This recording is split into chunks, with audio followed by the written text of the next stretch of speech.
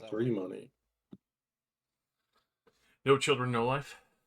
Anybody No remember children. 3 money. None Anybody Pizza remember Left Beef? The Simpsons? Pizza Beef. Nobody? Alone? I'm alone. You are. I'm We sorry. remember. It just wasn't a good meme. Damn. It was pretty funny. Damn, son. IMO. It was pretty funny. You really just said that. Look, you agree, right, Josh? I know you remember that meme. You just also didn't respond because it wasn't good. I don't even remember it. Non-pizza left beef. It's a picture of a pizza with nothing on it except beef on, like, falling off it. I've never even seen that in my life. There's no It's way. amazing. 100% way. Josh refutes ever having had a tongue. There's no way you haven't seen that. I've never seen that in my life. See, Valley knew what it was and didn't There's- speak up because it This wasn't is a good thing crazy. also. So my joke was just bad? Is Yeah. what you're all telling me? No, Alright, he's the canceled. meme was... No one likes that He's meme. ruined It's forever. just a bad meme. You know. Comedy is subjective, but that meme sucks, you know. You know what meme fucking sucks? The Hawk Tua meme. That's not even Shout out to fucking. that love- girl for turning it around and like having a multi-million-dollar deal or whatever. Is that a but meme or is that just fucking- brain rot? It became a. I mean, Twitter. According to Twitter, it's a meme. I love counted it as watching brain rot. the Talk to a podcast. Yeah, the Talk to a pot. Like she made a deal with a pretty big production company. Yeah, Put a Logan podcast. Paul. Wait, really? Yes, Oh, it's yuck. Logan Paul's company. Oh, yuck. Come on, talk to a That's girl. why in What the first fuck? episode they had Jake Paul. Ugh, I knew nothing about it other than that she made. Oh, it's my favorite money. podcast. I listen to it every week. I feel I like bet my you do. brain and I my believe soul is that. all the cleaner and healthier for not even knowing half of this shit. Things Yeah, I clean listen to a about lot you, of Nurgle trauma man. work. Damn right. Come here. I'll I've never fucking seen a plague you. person get like you don't get sick except when you do, and it's just like the world. Listen, the comes to an Rotfather end. only sends me the best shit. I am not. He keeps disagreeing. that pussy shit on the shelf. Yes. My blood will kill people if I donate it. Same with my organs. I had it. First off, I had it all the way the fuck up here. First off, First off, threw it all the way back and clapped them cheeks. Okay, I'm back. Oh, bro. First off, you're gay. They're yelling at the dog because one of them was holding a pastry and he jumped like 3 feet in the air and grabbed it out of his hand. good boy, Wow. doing Was a it your good brother? job. Yeah, That's we what you put get him for in a being cage. 3 feet tall. Maybe pay attention to where the fuck you're holding your pastry. He was holding it up like above his head, and the dog jumped and literally grabbed it from him. What? But he's Damn. still only 3 feet tall? 3 foot midget? Holy- Fuck How? me. Your brother's small as fuck. No, the dog jumped like 3 feet in the air because Rolling the dog is around. already big. It's like a boxer. He's big. Yeah, so he's just crawling around on his knees. Tell him to train his dog. I've Tell been him to telling bring you. out the whole ocean. I've Oh, been telling you. Tell him, train him. that's not my responsibility. Just be like, you need to train your dog. Never had a dog do that, but at the same time, they know they'd catch the wrath of God if they did. It's pretty impressive. I'm not gonna That's lie. right. I've had You kinda Labradors that hit are them. 3 feet tall and like 190 pounds. You hit that. All right, are we all ready? Yeah. Yes, I'm gonna get dinner, but I can hear everything. Are you little can Rodney, son? Well, let's have the everybody Romulus. roll a Aren't thou- d20. Oh Art yeah. thou small Rodney's progeny? Hell yeah, let's go. I can wait. Runneth thy pockets. Runneth thy pockets. For what purpose? Oh, what? Empty the compartments of your Do I pantaloons. roll it? Yes, that's As the... Val? I'm going to need you to roll as your character, but you can whisper it to me. Okay.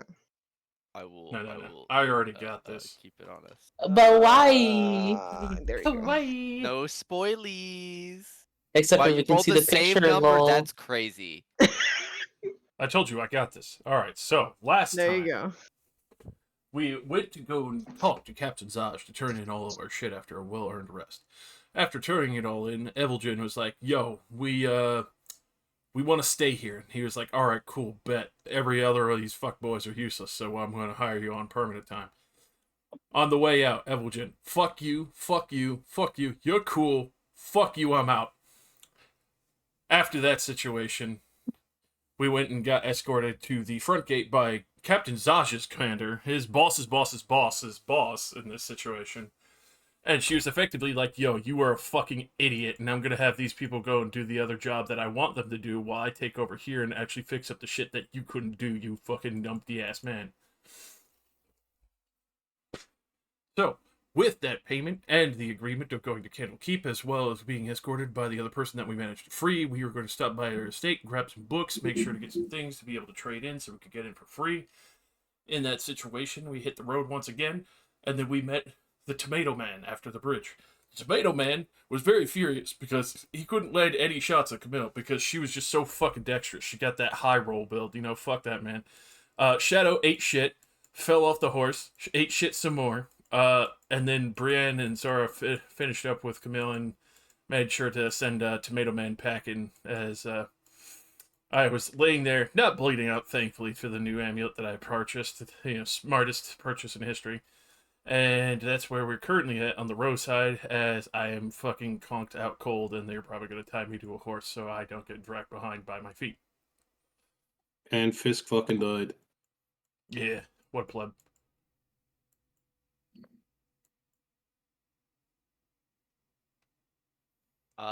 That is pretty much everything that happened. Yes. We are going to pick up just as night has fallen and the devil has flown away.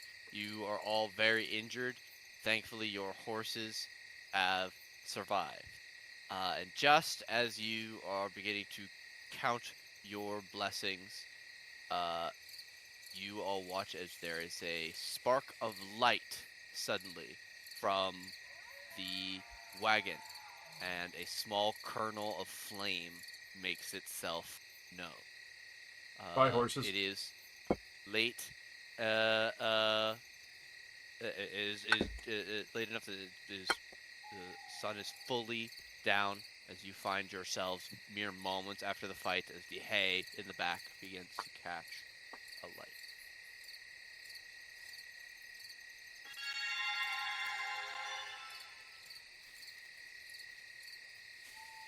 Crap. Our wagon is burning now. Cut the horses free. I'm gonna check on Shadow. Yep. I'll walk over, run over, cut the horses free. Okay. Cut them free and begin leading them away. Yeah. Up here. There's an extra horse side. Get him too. All right.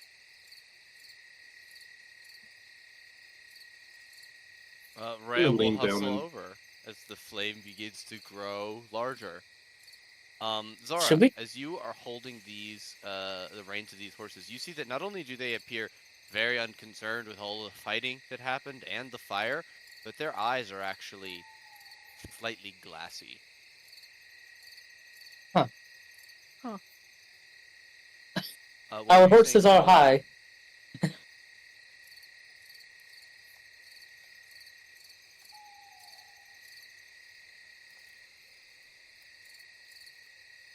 Camilla, can you give me a medicine check?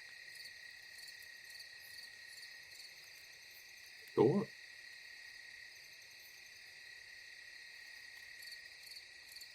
Shadow is alive and breathing well. There is a low, very faint glow coming from the gem on the amulet around his neck that seems to be pulsing in tune with his heartbeat. He seems like he will be fine if he receives some tending to his wounds, bandaging, and a good night's rest. But he is down for the count. You guys will need to find a campsite near here. Okay. Yes. I mean, this could be a good campsite, and she points at the cart catching on fire. Yeah, we already have a campfire. Yeah.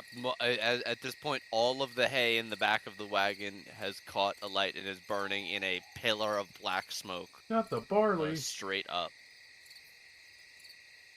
Barley. At this point, it begins to catch on the heavier timbers of the wagon itself. Should we try and stop that? Isn't it going to spread around?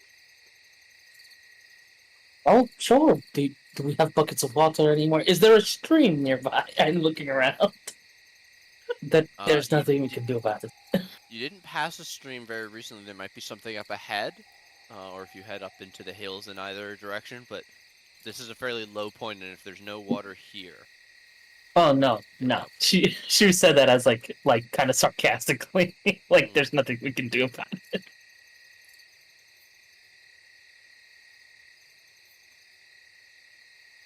I guess we'll just What about- stare at it and burn. okay. You guys collect yourselves, pulling Shadow out of the remnants of the saddle, putting the rescued draft horses in a safe position. What will you do with the bodies of the human mercenaries? Burn them. I don't know about Fisk. We should take We're his like- body with us, right? Yeah, how far away are we from Candlekeep? 3 more days travel. Oh, he'll start to smell by then. And we don't have a card anymore. We're like half a day out of Baldur's Gate, but also we didn't see You're a full day's his travel out of house. Baldur's Gate. Okay. Yeah. I guess we could just bury him on the side of the road. We could burn him and bring his ashes. Brianna is saying this as she's dragging one by one the corpses of the mercenaries. Into the Honestly. fire. I think we. What the hell was that? It's a bird. Your mom. Ah, I mean, what? we should just probably bury him somewhere on the road.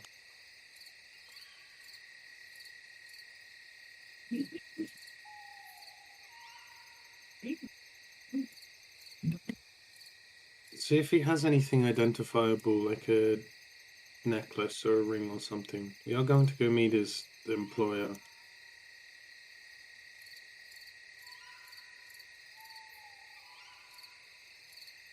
Okay. She'll go and she'll check. Brianna, why don't you give me an investigation check for this? Investigation check? Yes, ma'am. Hey! With a 19, you find a money purse.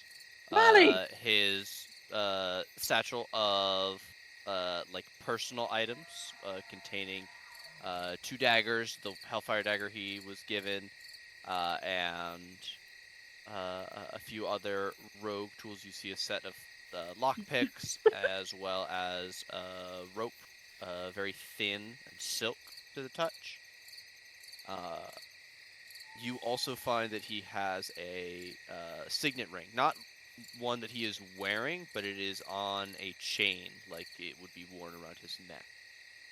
It doesn't have his name or anything on it, but it has a unique symbol that you don't recognize. I'm looking at your languages on your sheet. You do not recognize this character.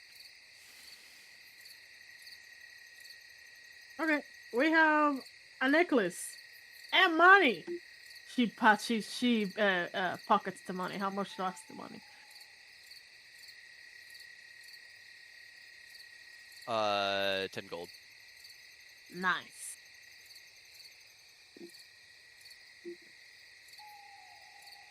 There's a whoomp sound, and you see that Zora has thrown Shadow, but somehow, despite his head lolling down, he's landed on his feet. Huh? How? I just pick him up and toss him. No.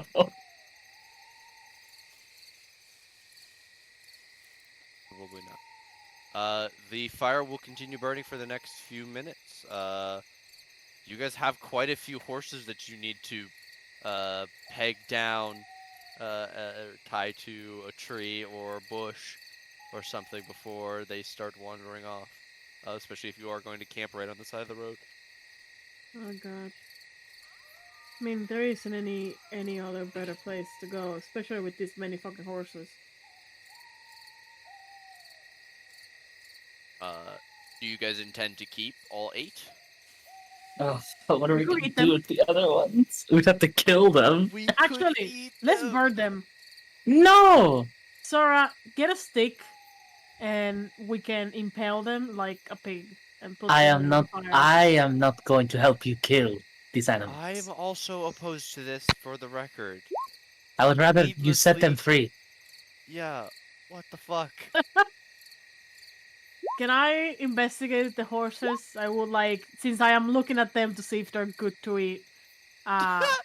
We don't need to eat them. Just let them roam. Anyhow, can I like check the horses and like just investigate them because I just want to see if they're edible, I guess. Sure, why don't you roll me a nature? Motherfucker. Damn it. You've never had draft horse before. Can And I use my ones it first? it look I'm sorry, continue. For do whatever this? you would like to do. Okay, I'm gonna use my ones for session. I hope. Alex is on one. Okay, you've never had draft horse before. You would know that this creature would have a very tough meat because of its hard life of work. You're not sure exactly how tasty it would be, but at least you're aware that you would not get poisoned. That said, it would be less beneficial to you, nutrition-wise, than the rations that you purchased for this explicit reason. Yeah, but the rations are then gonna be just extra because horse. No, don't eat the horse. I'm gonna take my horse and I'm gonna take Cucumber and I'm gonna tie them to this big I want tree. to take my horse away from you too. Rhea's about going to our take horses, her I'm and talking Fisk's about the- horse. Extra horses.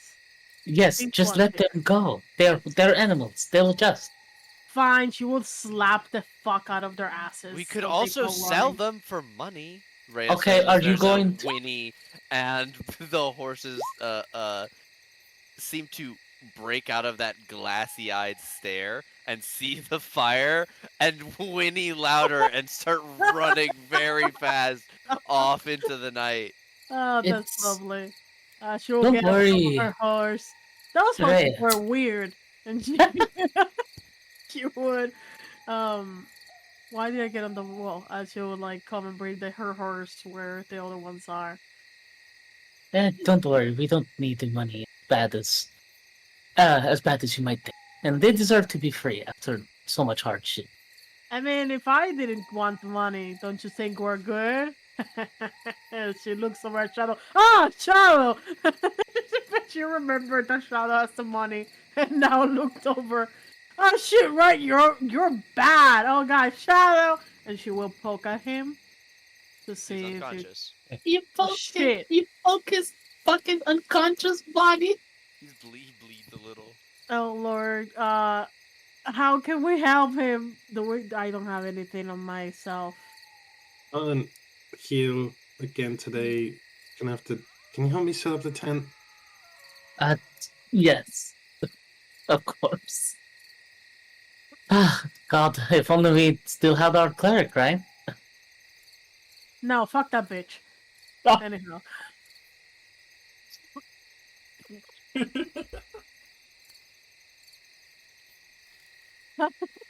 Alright. You Then hear let's get- like in the wind like a fuck you too. Yeah, a sneeze. That bitch is talking about me again. Just the subtlest in the window. Quite literally. We have too many horses now. Maybe we can eat these ones. No, Anyhow, uh, does Shadow have any healing potions in his bag by any chance, or any like mending anything in the like his bag and the bag of holding? Nope. Well, that's unfortunate. I gotta let him take a nap. Hanshu, me. I'll take the first round of looking around. There's the healer's kit, but that's about it. But that's not going to really wake me up. I'm already still and stuff. Wait, we Alright, don't does have anybody we don't have- have a fire. I actually have the means to make a fire. She gets excited about the fact that she's thinking about making a campfire because she's been wanting to use this one little thingy magic that now I'm realizing I didn't set up because I didn't consider I'd use it. Fuck. Um. While I try to figure that out, she'll go and pick up some like branches and like dry stuff to make a Yeah. campfire. While I go into my Google real quick. Does anyone better. have a tent they would like to set up? I do, yeah. Yeah, I have a 2-person tent.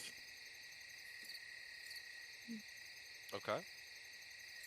Yeah, I'll set my tent up. I guess I'll share with Rhea. I think Rhea doesn't have one, right? I am the closest person to you. I do have my own tent.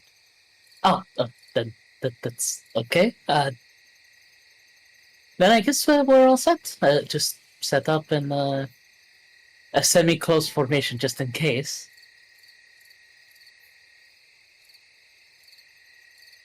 Just put my tent on the side of the road, kind of near the horses.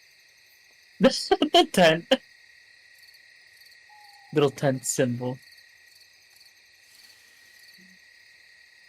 We'll act like my tent is right here.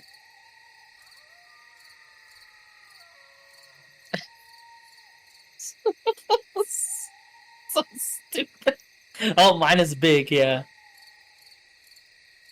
This looks like a Christmas tree. Need to contain all that. Oof. Okay. My mane pops out Rhea of the looks sun. like she's creeping coming around the side of her tent right now. Seeing that, you seeing those eyebrows?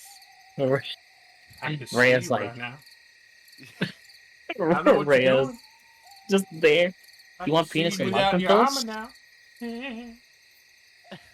So, Brianna, you're Yeah. trying to make a campfire. You needed to do something specific? So I with the Path of the Giant, I got Mm. Druidcraft, and I Mm. never got to use it. I never got to set it up, Yeah. and she has the opportunity to do it now. Could make a small flame. Yeah. Yes. So I don't have it set it up. So Just I'll import just it onto your character sheet, or you could just tell us what Druidcraft does. You use it to do. If you could just one describe of it the when you come back. things Druidcraft is a whisper into the spirits of nature. You create one of the following effects, and one of those is instantly light or snuff out a candle, a torch, or a small campfire. So she'll come running with the dry shit, and where are we doing this? I guess we'll. Oh, that's confusing. What the fuck is that? Is that a camp? They're Is that a tents. tent? Okay. Here, I guess. She'll make it here. Let me do a circle or something. Are you or thank you very much. And she'll just excitedly. Why did I do that? I am very sorry. I'm very sorry. She'll very excitedly come and she's like, and light it up and look at everyone proudly as it slowly starts to fizzle. Unless I need to roll something for it. No, yeah, you say it and Okay. it happens. What is your magic, Brianna? This is magic that comes from you, from your home, your blood. What does it look like when you do this? Do you just do it and it lights on fire, or is there a connection of magic that's visible? No, she literally just like She's standing with her legs wide open and her arms to the side and goes, "Ha!" And it just it just lights up. And it's really small. It's barely visible. If it wasn't nighttime and no light around, it will take a moment to realize that it's like actually like starting some fire. But it's happening, and she's just waiting for like everyone's reaction of like, I found out I was able to do this the other day. Just flexes her abs and a little spark comes off because they're so rock solid. Oh my fucking god, that would be even crazier. She probably, but honestly, whenever she does magic, she probably doesn't really like. She doesn't know it specifically because she's never done magic before, so she just has done it by feeling. Like, I did this and it kind of just happened, so I've been doing something similar to that every time I do it, basically.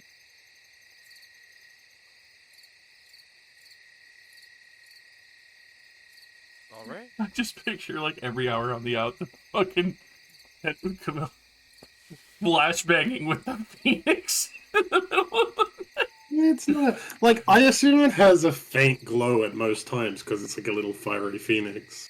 I know, but I have this wonderful image of like night night. Yeah. It does. It will make a noise and go. It's a flashbang. The entire. Sad. Yeah, It's a strobing head in the middle of the night.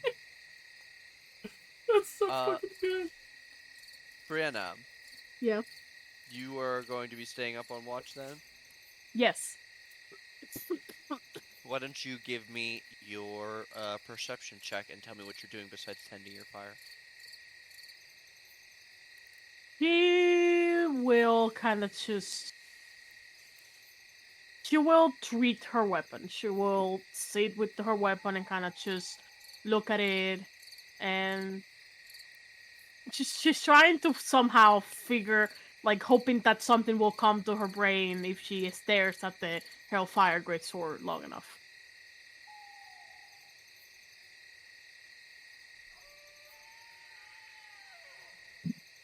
I'll take no. Okay. Okay. Over the course of your watch, you will tend your flame and keep focus on your weapon, polishing it, looking at it, trying to forge a deeper connection.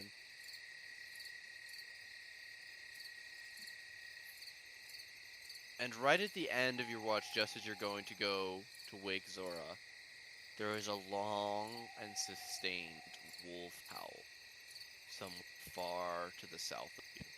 Oh. Fun. And the rest of the night was silent. For just a moment.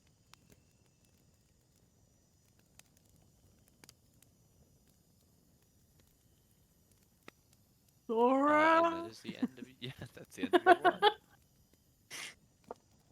Okay. She will like literally like shake the fuck out of Sora. Sora, it's your turn.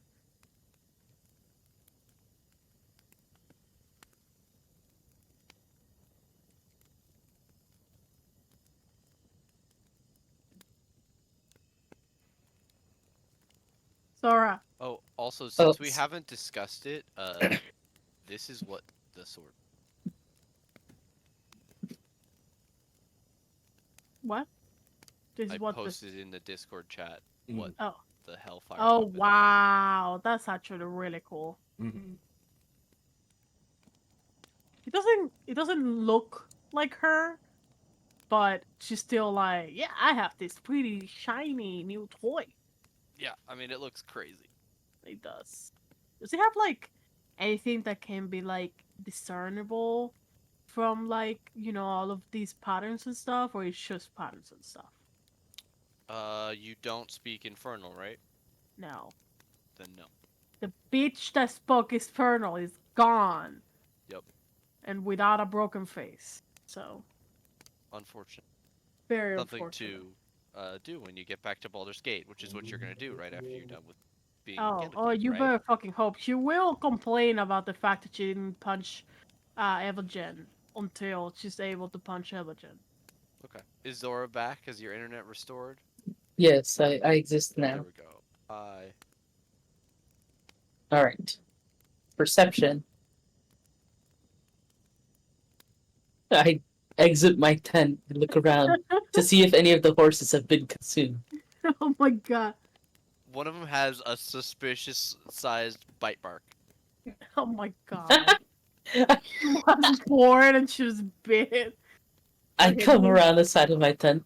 You know you're not so, supposed to be biting them, right? just don't look at them. If you're going to eat one, at least cook it first. Jeez. And just come around. Probably like sit next to the fire.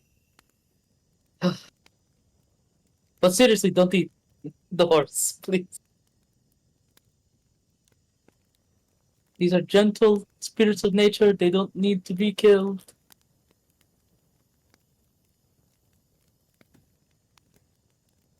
Oh my god, horrible. Oh Jesus. Um, I'm blind. Zora, you are pretty much going to doze on your watch. With your wounds, and the amount of work that you have done today, riding all day, and then fighting twice, once before and once after, you are wiped, and it is a struggle to keep your eyes open. Uh, you determined that none of the horses are missing from when you start your watch to when you end your watch, but those 2 hours pass far faster than they should if you were keeping a good watch. Uh-oh. As you blink, you realize that you had dozed for just a few moments and look at the moon and stars above. You can tell that it is already the end of your watch. Oh, I look up and I just think, ah, it's just like being back in the forest. And then I go, except for I'm not. And I get up, go over to the tent, peek my little head in. And Amelia, are you awake? I know that your kind does not sleep as much as but everyone else. You just peek one eye open. I'll give you a nod. Wonderful. I'll have to admit I didn't keep a very good watch. I'm a little bit more spent than I thought I was.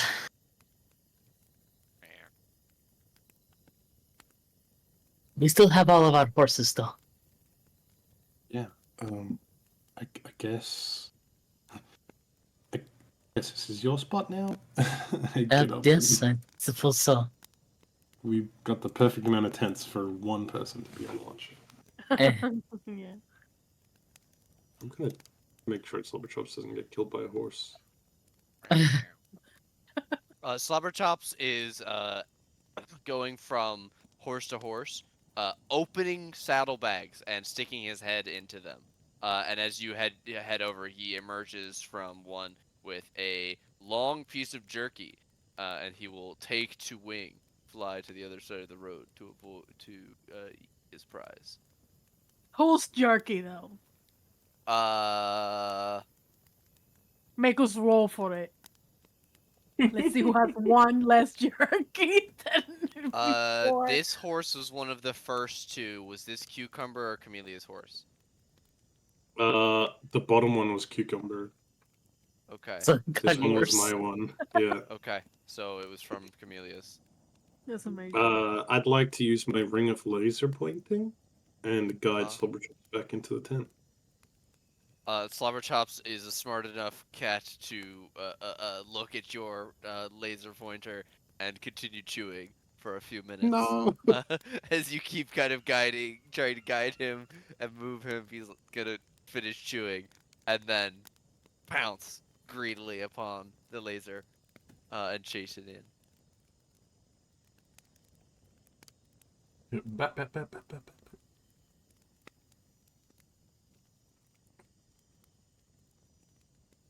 Have y'all seen that video? Yo, shout out to the craziest video on the internet. All horse-based videos. What? If it's got a horse in it, it's gonna rank. all-time internet video. I'm not watching any video with a horse in it on the internet. I'm sorry. Yup. Right answer. Camellia, you make your way out. What is a D&D night for the party except video on the internet?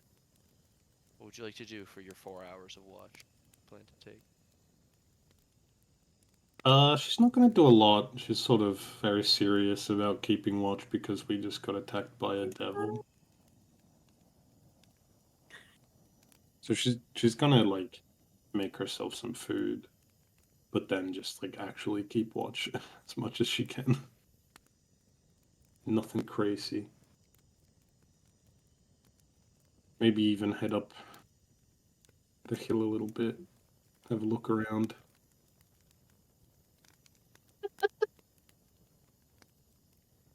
Okay. Come back. You know, nothing crazy. Yeah. Oh my god. I lied. I lied, I'm not an elf, I fall asleep. I've just finished my whole long rest. I'm not tired. What was I doing?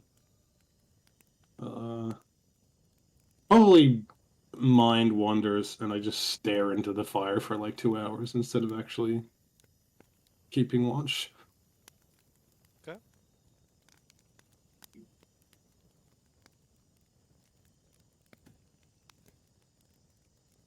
I'm gonna roll Alright, can you again. give me the second one? Oh my god. Camellia. You're supposed to be protecting everyone. Eto. Uh-oh. SpaghettiOs. Okay.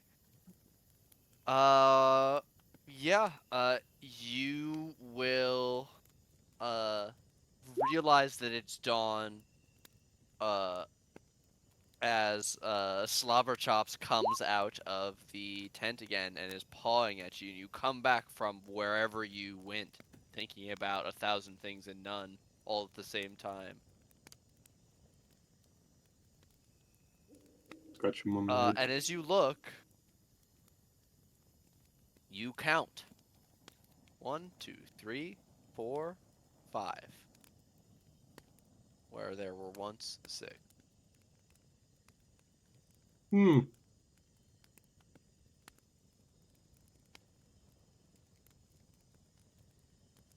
Probably no one else will notice. It's fine.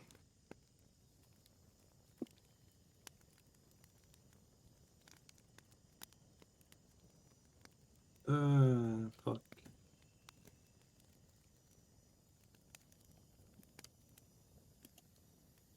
I'll give it like another 20 minutes for the sun to start rising a bit. See if anyone wakes up on their own. Yeah, definitely. Zora, early riser. Alright. I've slept will on come. rocks and grass all the time.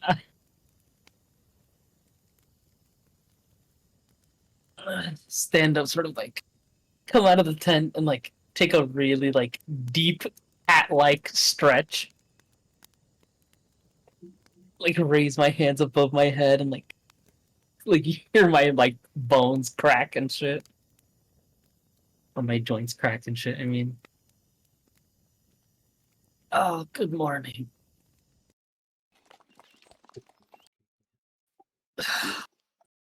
I'm quite a bit beat down. How are you feeling?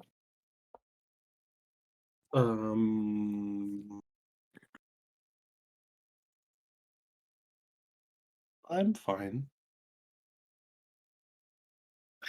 Well, how was your watch? You're here for 2 of them, I suppose.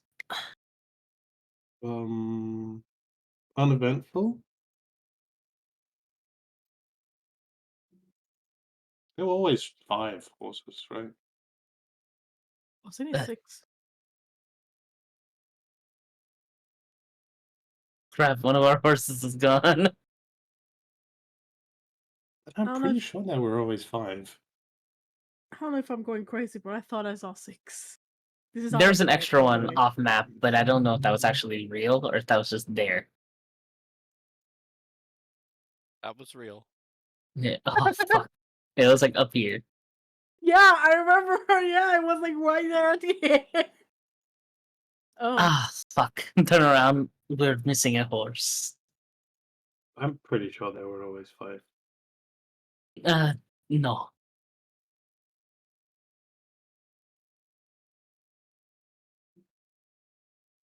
I'll walk over and like, would there be like tracks over here?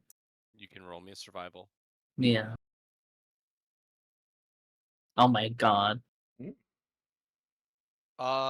Yes, there are. They lead the direction of you guys coming here, of confused welter where the fight was, and then the tracks come over to where the horse was stabled that night.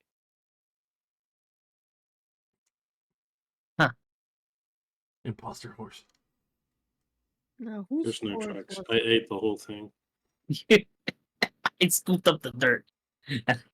Ate the dirt too. Eat the Eat the horse. Uh,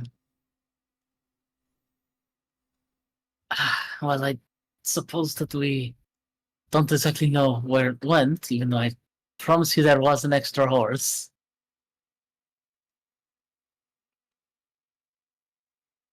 She like counts to herself like 1, 2. I don't know. I remember. We'll wait for the others to wake up and see what they want to do about it. I want to check if Shadow is alive. God. Oh, I don't Are you- want are you what David dead? does. I'll tickle There his is a whisker. purring sound. You see Slobberchops has hopped up on Shadow, and is beginning to knead on Shadow's arm. And then you watch the like steak knife claws of Slobberchops as it begins to knead, as the love is felt with 4 Ow! piercing Ah, claws I'm per arm. Who is it? Oh, oh, good morning. You're not the tomato man. Thank goodness. I Ah, good morning. I'm glad to see that it is you, not something else.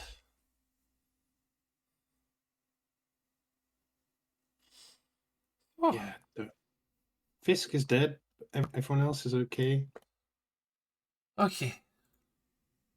That is unfortunate. The red guy flew away. We didn't kill him. Well, I'm sure he is just as sore as his aim.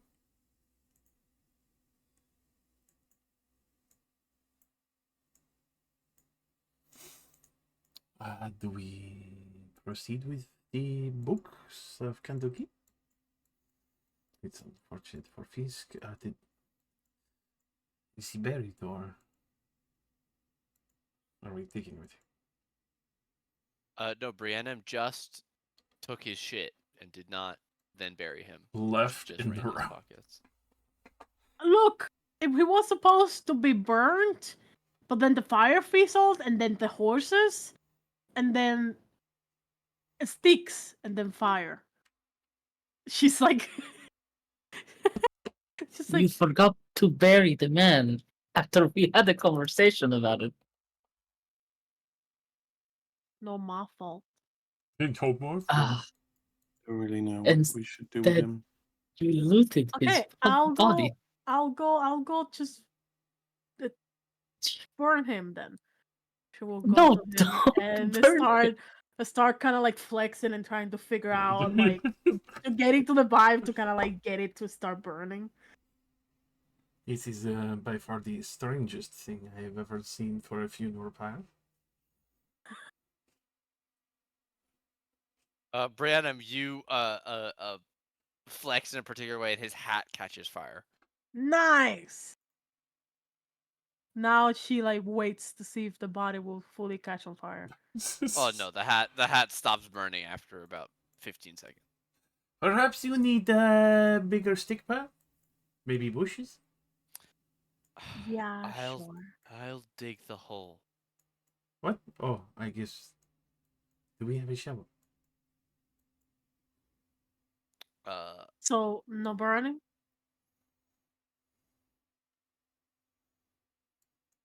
no, bro. Please. Fine.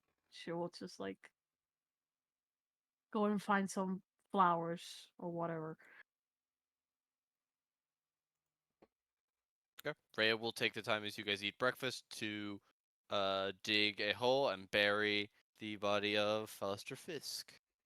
Uh, she does seem to have what looks like a collapsible shovel in her soldier's bag.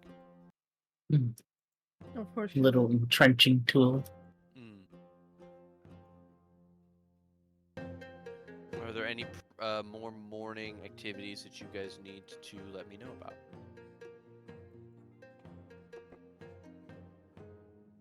Breathe.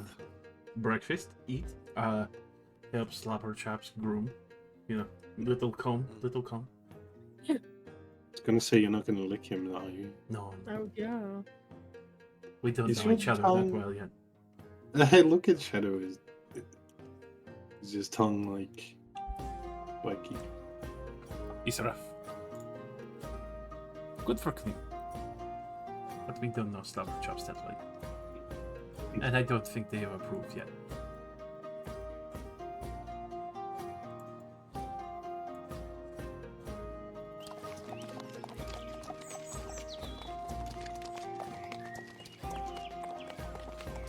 So you guys finish breakfast.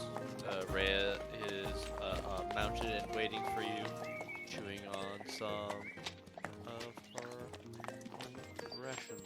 Also, thank you for Uh, wrapping me up.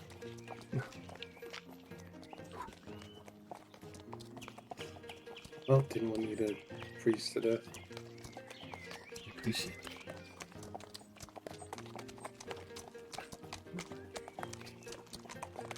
Come on, cucumber.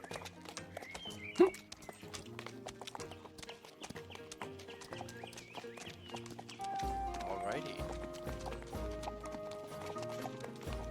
The party as a whole will continue down the coast way. The rest of today is calm, overcast but not rainy, and you travel at a normal pace safely throughout the day. You again pass quite a few refugees, all heading the same direction as you, following the long trail away from El Terrell, in search of anywhere that will take them in.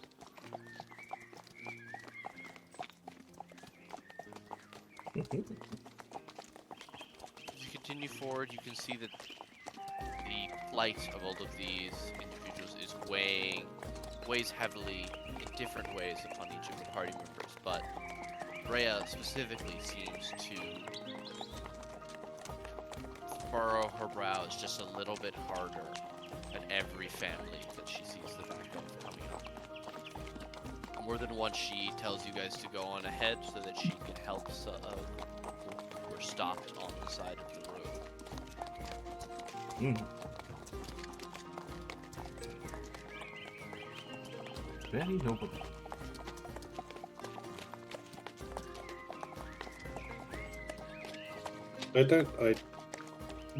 If she stops, I'll stay with her. Yeah, I think I would help her if she's gonna help people.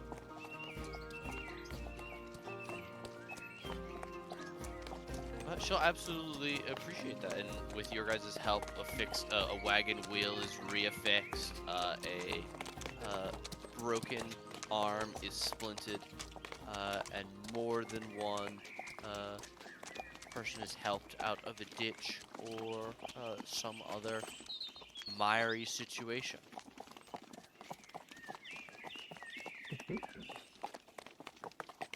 And this way you pass the entire day and find yourself at a campsite not too far from others, as you've been traveling all day with what seems like, all day it seems like, with this column of refugees. And the dubitable safety of others means that you guys will not have to keep watch. Excuse me? Boys. Bless you. Because of this, you guys find yourselves sitting around the campfire a little bit later, sharing some ale, a reward from one of the Helm's farmers. Small token that they were able to salvage that they share with you. Freya will offer to tell you all the tale of the Hell Rider.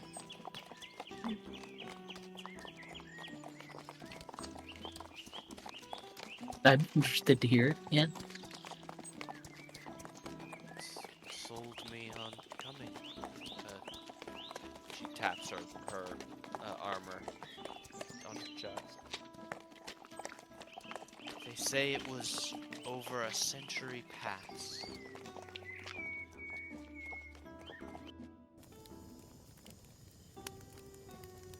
Great troubles, they called it. Fiends roamed the lands to the north and the west of El Terrell. Fields were despoiled, livestock slaughtered, homes razed, people dragged off to a terrible, unknowable fate. Terror gripped the hearts of everyone.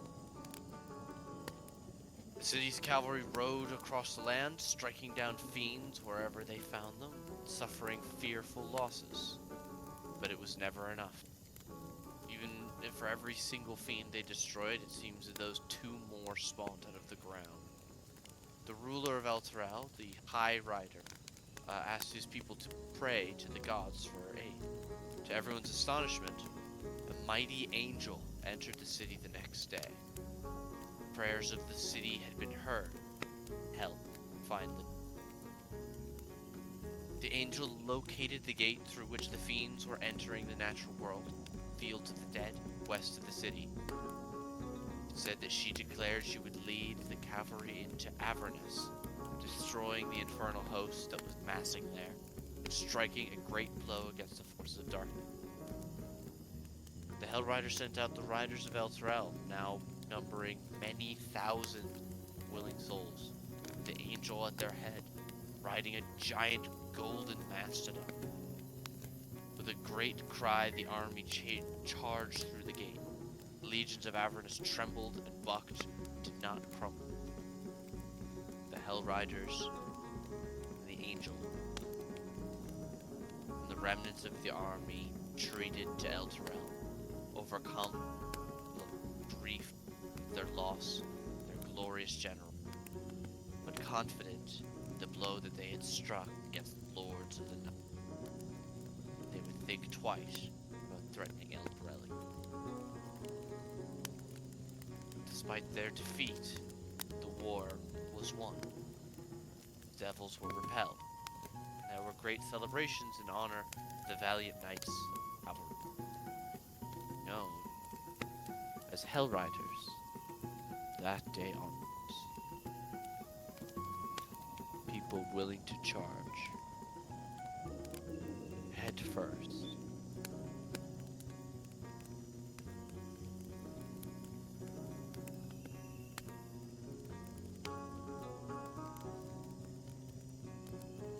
She takes a long sip, finishing the rest of her.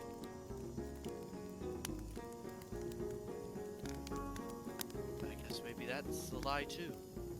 What's to say?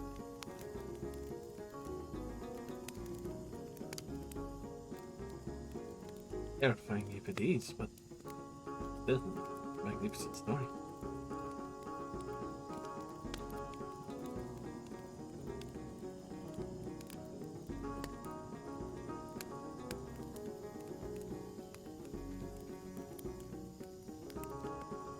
I for one think it is beautiful. Though it is not deeds that carry on strength, it is faith and your will. And on behalf of, well, myself at least, I can say that you and your comrades seem like you really believe in all of these things. And I, for one, think it makes me believe in them too.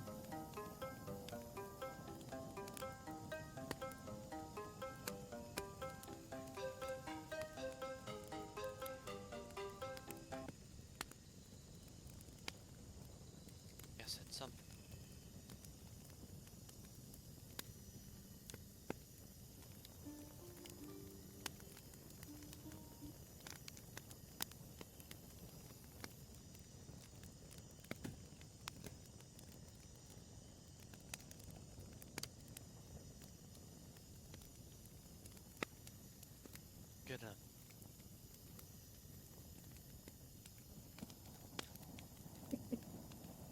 Mhm. Am I cutting out? I Yes. think so, yeah. She says, I'm gonna turn in early. Mm. All right. Restaurant.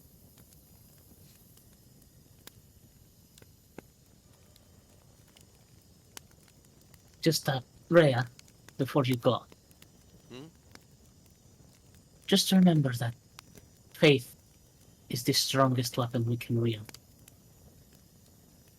It shakes mountains, makes armies tremble in their boots, and puts fear in the hearts of devil and men alike.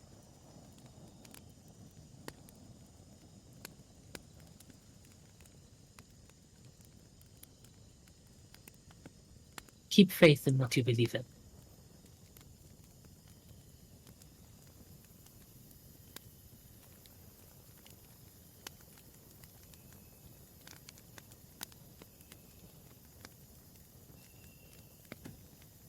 She'll nod and then head to her tent.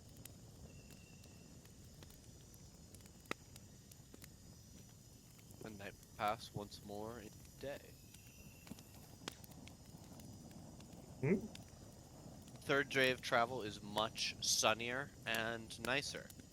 With your horses, you are going to outstrip the remaining refugees, which you can see, at least in this column, and enter a much more amped part of the road, allowing you to head just a bit faster.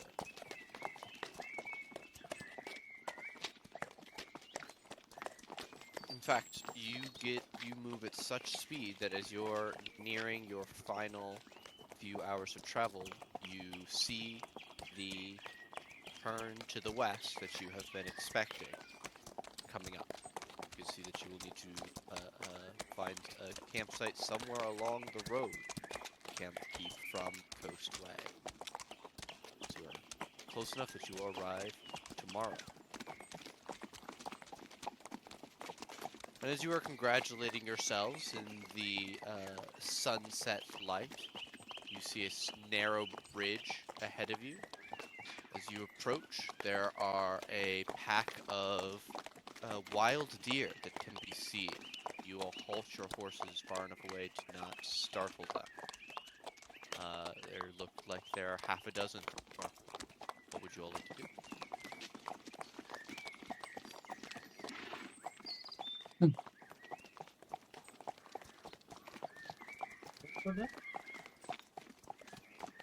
Camellia just looks at you like, bruh.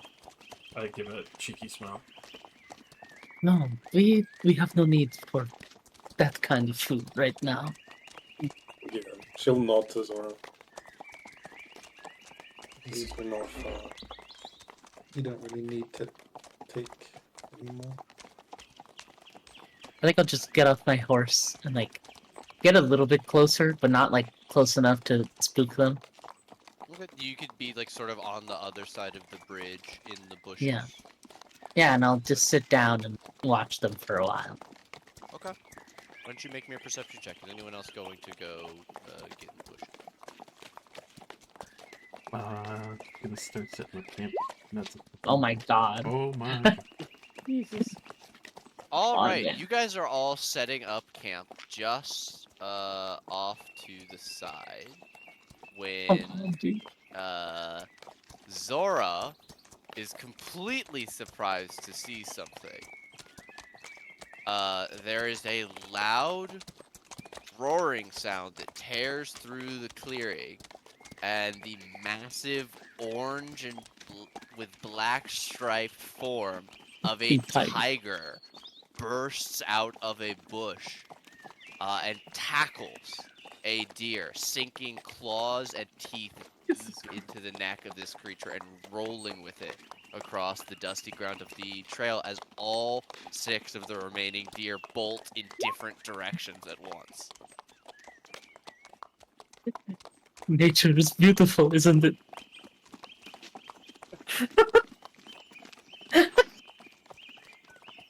Yeah. That is definitely not it. Terrifyingly sized creature. Gonna put my hand on my crossbow, but still just like spectate.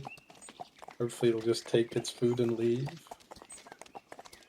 It does appear to be eating the antelope or deer. It's difficult to say. There's a tearing sound as this thing is still head down, chewing on the neck of what appears to be a weakly struggling animal. Bite by bite, getting a firmer grip on the windpipe until the deer is dead. And as dust cloud begins to settle, you guys can see the massive tiger doing it. No, it's an animal.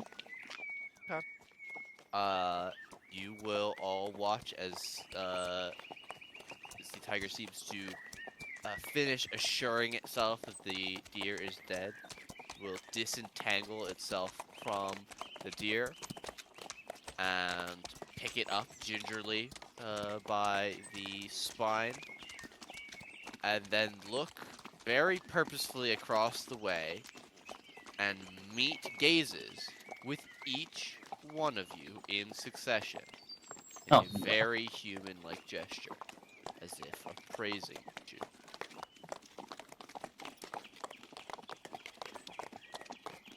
awkward. It will I then waved lead to the tiger. a hasty retreat, especially at the wave, And it loping goes. off into the distance. A majestic creature. Eating In another majestic creature. the so maybe not as maybe not as much nature as I had thought initially. No, that's very nature. Yes, Don't but really see tigers on the coast. It's indeed, weird. not native.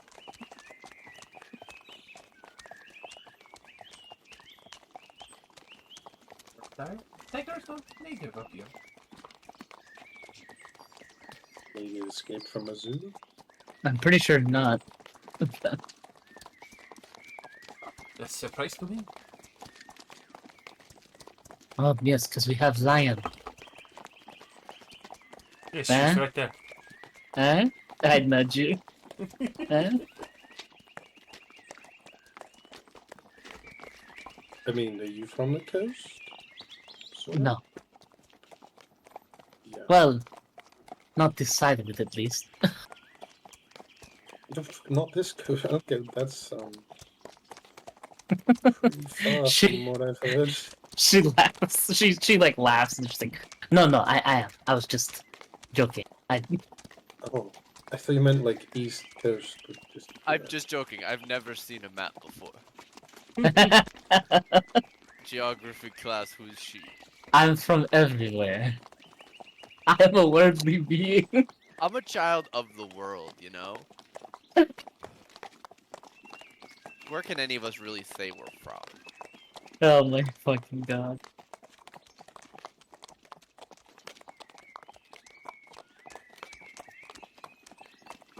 Uh, really nice.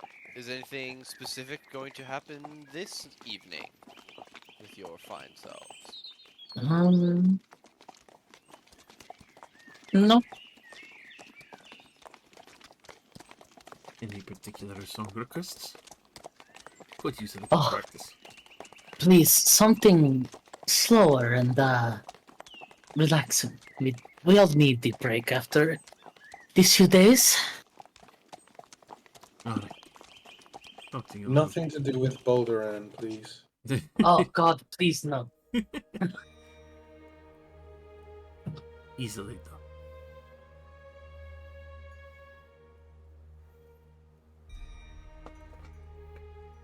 Start tuning up the loop.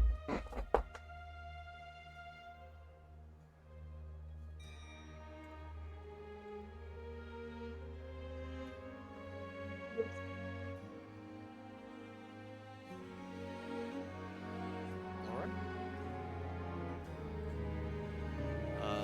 In that case, night will pass on today. Yeah. And you will begin your final leg of the journey to Candlekeep, setting out once more on horseback.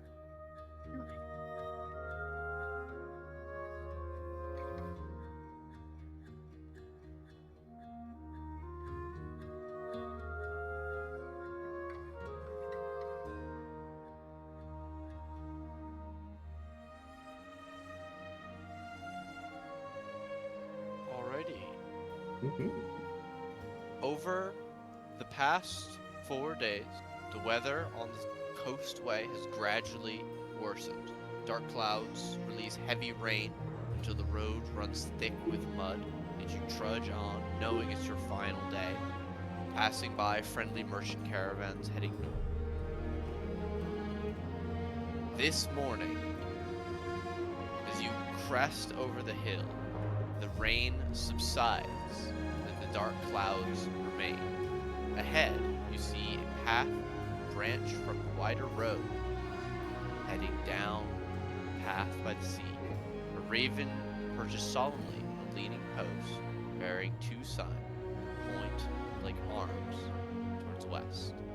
One says, "The Way of the Lion." The other says, "Candlekeep."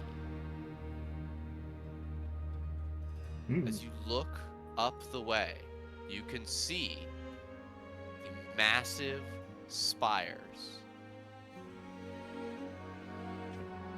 of your destination. A fortress perched on a spur of rock overlooking the Sea of Souls.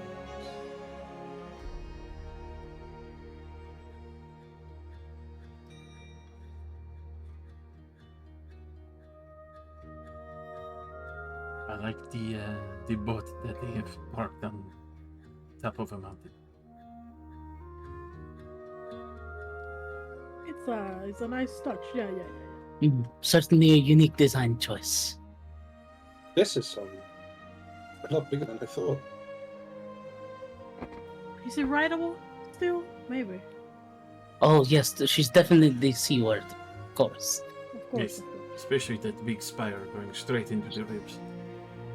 Yes, of course. Even from this distance, you can see that though this is a place of learning and many unique personalities, it is also a well-defended fortress that holds up to its name. The very high stone walls are, even from this distance, visibly magically warded and protected with constant patrol. You can see that the small gatehouse has its main portcullis raised, but the outside gate is once again patrolled by a mass of figures. Long line of people waiting.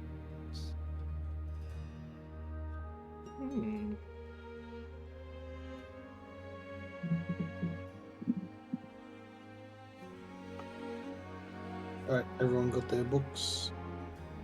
Right. Oh fuck, weren't they with? No, he gave everyone. Okay, I was like, yeah, I have my book. Might be a little bit rough now. But we are good. Shit, was I supposed to write down what book I have? I don't think I actually did that. So you're telling me Zora has misplaced her bow? No, no. Zora's like, wait, fuck, mine was in the saddlebag on that horse that ran away. No! Fuck, mine was in the cart. It burned. Pistachioated.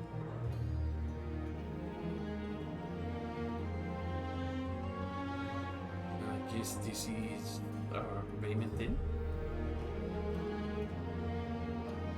I raise my hand. God, do I actually not have a book?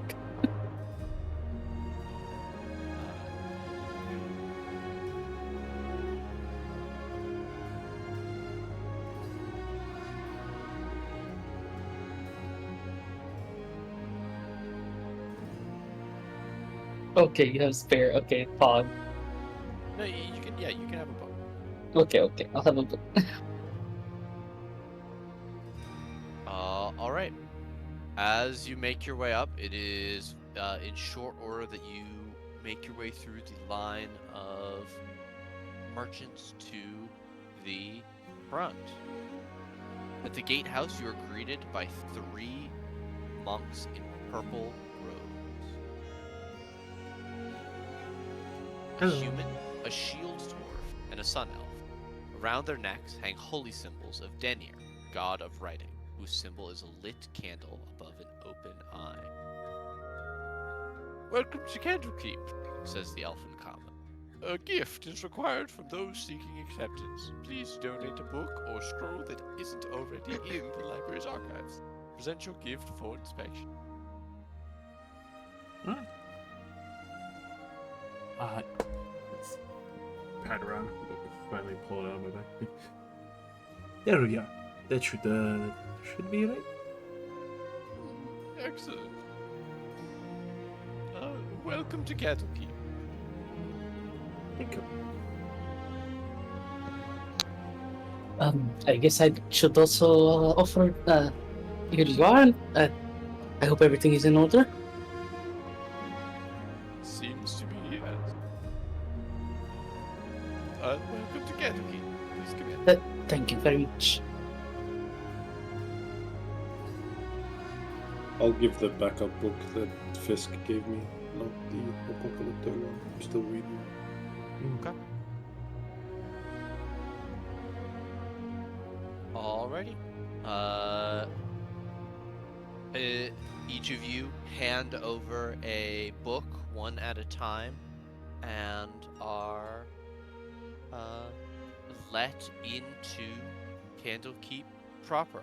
As you make your way through into the city-sized fortress, you can go and do what you please, and you're welcome to stay as long as you wish. As you look around, the outermost buildings here are private dormitories and a few public quarters for visitors to stay at, as well as most reasonable amenities.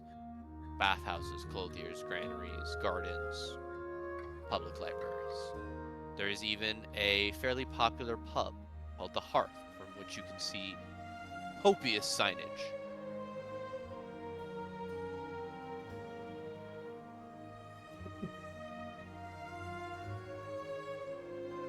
Okay. Well. Sorry, apologies, I misread something. You can also see a long, winding road that heads up to the main keep, towering edifice that is the reason Candlekeep exists.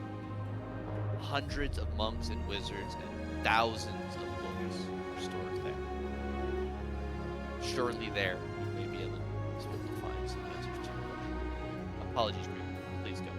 I'm very sorry for stepping on your toes. I mean, you're fine. I mean, she was gonna say that Brianna realizing where she's at, she remembers once again that she's been wanting to go to the library to find something. She hasn't really said what she wants, or maybe she has, but it hasn't been directly to everyone. It's more been like asking and being curious about the Hellfire weapons. She will excuse herself with little to no words and go to the libraries, or the main keep, I guess. You're just gonna say, "Excuse me," and start heading in the direction that you guys are. That is the That is main the keep direction. up the road. Yeah. Okay. Is that the direction that we all are going? It's up. That's what the party would normally discuss, but it seems like you know what you're about to do. What does the party do as Brianna says, gotta go, and starts going? Well, I don't really know where we're going, so I'm just gonna follow the person who seems like they do. So I just follow. I think we have to find a researcher, a tiefling named Silvira. She might be in the library. Probably, if they're a researcher. You were an escort. I, curious of the inn and of your things around here. Alright, then to the library with us and the inn with Shadow? I will ask around, see if there is gossip. Right, we'll meet back, where will we meet? Back at the inn? Tavern somewhere around here? There's probably more than one tavern here. Indeed. Whatever the closest one to this place is. We could just meet in front of the main keep here. I think that would be yours. Alright, then. We will wait out here. Whoever arrives first, I guess. I will try not to get too distracted. Alright, good luck.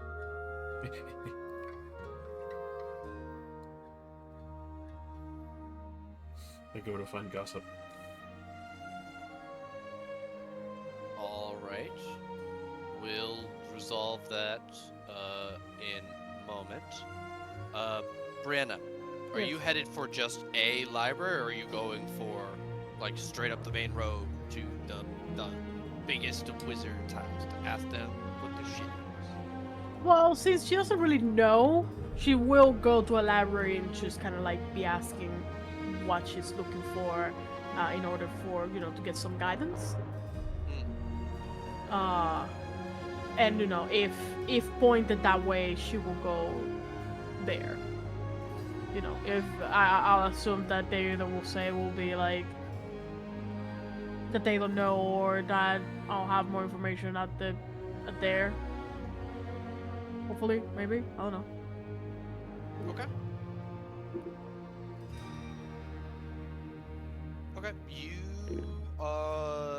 head for the closest largest building that says public library, and head in. There are another trio of people standing behind what appears to be like a circular librarian's desk in the center of the large first floor. There are hundreds of books just in view as you walk in, and all three of them will turn to focus their gaze. You see a gnome dragonborn and a kenku. Well, hello. She will whip out her big ass sword. All three of them put their hands up. I just want to know about this sword. This is what I know is a hellfire weapon, and I want to know more about them. Do you know anything? She kind of points the weapon at them, but kind of not. But kind of does, but kind of not. The kenku will step forward and say, in your voice, know anything. Hellfire weapon. And then, in a voice that does not sound like yours at all, it will say, Hellfire weapons are weapons made from a special type of iron called infernal iron, and then forged in pure hellfire on one of the 9 planes of hell. As a result of the process, the weapon is suffused with brilliant veins of hellfire. The faint light illuminates from them. The power imbued within such a thing causes any soul of a creature slain by the weapon to instantly be sent to the river Styx, a prominent feature of the first layer of Avernus, which we will cover in my next lecture. As a result, the creature would be turned into the basest form of a demon or devil, which is known as a... And the kenku closes their beak. Huh. What was that? She asked. You can roll me a history or nature to know about kenku. Wait, no, she was asking directly to them. Do I still need to? Oh, you're asking them what was... I'm saying I think you would know what a kenku would... Oh, okay. Kenku have a mimicry ability. They don't speak properly, Kenku can't talk. All they can do is mimic the voices of others that they've heard, but they have a perfect memory. So that Kenku just recited part of a lecture concerning Hellfire weapons too. Okay. She would. So why did it stop? I wanna know more. What is that? She's like very kind of like anxious, like and kind of annoyed at the fact that it stopped. The gnome will lean over. What it means is that the researcher probably didn't answer the question themselves. They didn't hear the answer. Souls are transformed into lemure devils. They're like the lowest of the low form of infernal creatures, right? Sort of in the devil hierarchy. Okay, she like takes out kind of sloppily a small piece of paper and some ink and a pen. And start kind of writing down some mental notes for herself. Do you know if what else do you know about it? Lemure She doesn't devils. know. I'm sure we have a book here somewhere about it. Let me send one of the unseen servants. And he makes a gesture, and a pair of gloves rise up from the desk and float off towards the ship. Okay, Mickey Mouse.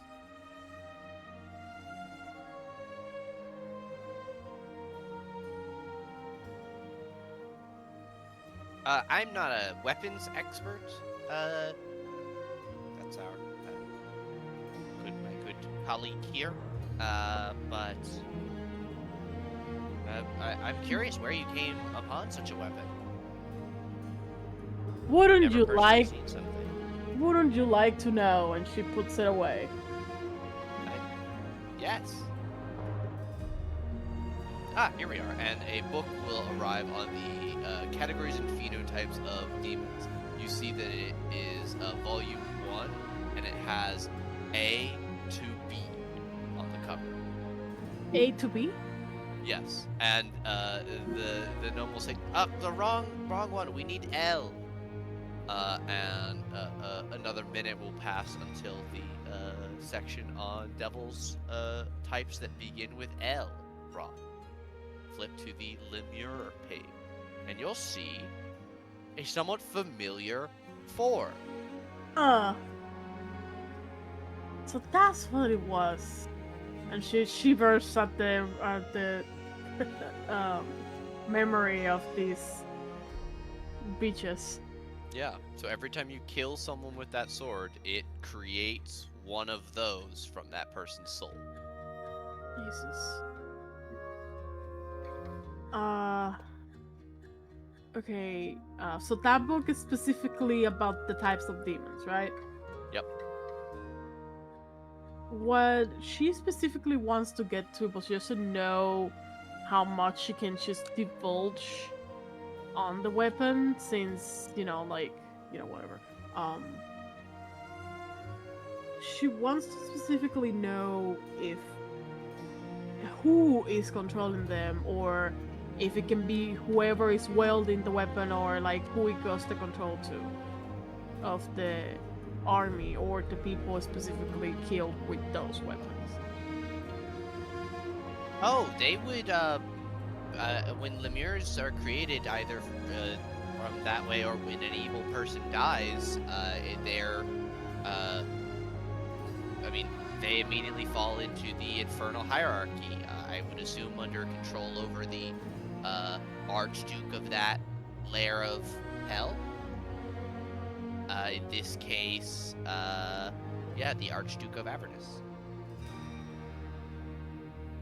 Oh, this is an out-of-date copy. This has... and he'll put it on a stack that looks like it's being sent back to the publishers. Okay.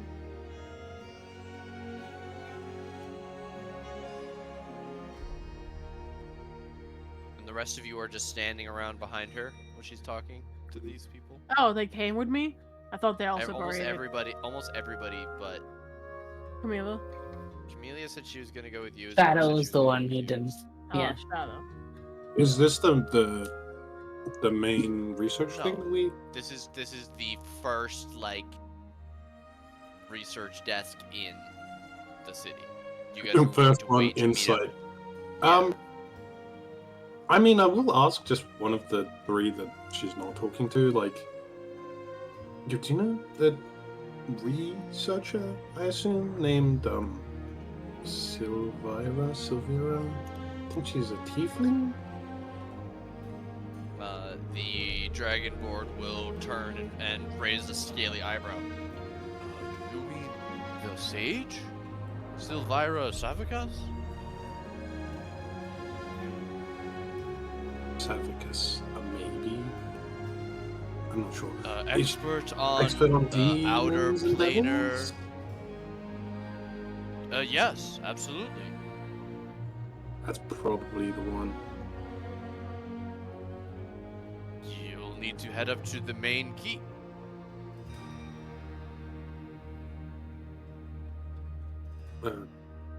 Cool, thanks.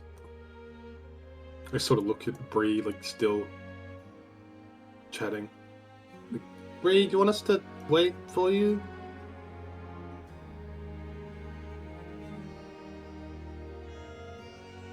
I guess not. Here, look, let me get you directions to her assistant, and he'll put you in touch. Thanks. He'll write on a small note card with a flourish of a quill. The ink is RGB, of course. And he hands it to you. Gives you directions to a office on the 3rd floor of the main keep. Brianna, did you purposely not respond to Camellia?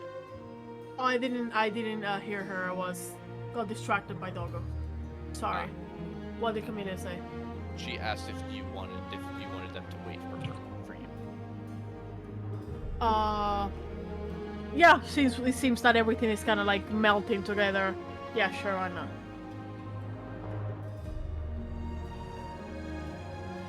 I mean, it doesn't seem that the answer that she got, she doesn't really know what to do with it. Or I don't really know what to do with it because it's not what she was hoping to hear. But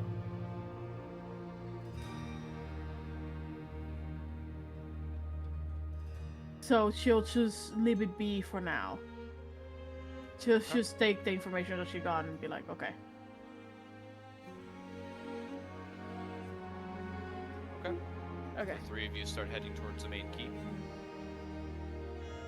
Are you still gonna wait for Shadow, or are you gonna go meet with the assistant first? Probably the assist. I think we established that we're gonna come after. Or we're gonna wait like after. I mean, we could wait for him. Shadow said meet Okay. up later. Yeah. Yeah. And if anything, you guys know that he's at the hearth. You can go and find him there if you're done early. If you get the assistant, then all of you can go and pick up Shadow. Assuming that you can get an appointment. True. True. Okay. Assuming You that guys we can get head info. up and in search of this assistant, and we cut over to the Shadow Man. You make your way to the hearth. It has a low ceiling supported by massive crossbeams and narrow shuttered windows. A large fire pit in the middle of the room is surrounded by half a dozen tables and matching benches. There are more than a dozen people eating or drinking or some combination thereof. All appear to be students or mages or merchants. And none really stand out at you, despite you noticing that there are quite a few races or species, as some prefer to say, on display here. However, one patron stands out, or should I say, sits head and shoulders above. An ogre can be seen seated in a corner, reading a very small, very small book in his large hands, intently. Even from this distance, you can see that he is wearing some sort of magical headband and is bent in apparent a deep interest into this book. And even as you watch, he will pull out a pen, a quill from behind his ear, dab it against his tongue, and begin to take notes with one hand as he continues to read.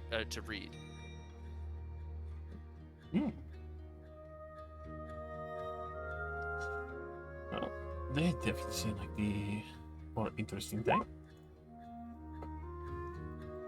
I'm gonna go over and take a seat next to him if he allows me.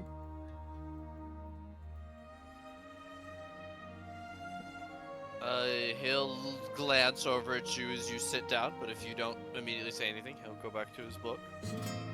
Anything interesting in them? He'll tilt the cover so that you can see it. It's called The Sum of Theology by Saint Vithira. There's a symbol of Ogma, the god of knowledge, on the spine. Yes. Many ethical debate. Do you need assistance on it? Or you seem very deep in your cups. Is a research piece for PhD. Oh, very nice. Getting your master's in? Doctorate in overwhelming theological ethics. Actually sounds like a good fancy up to study.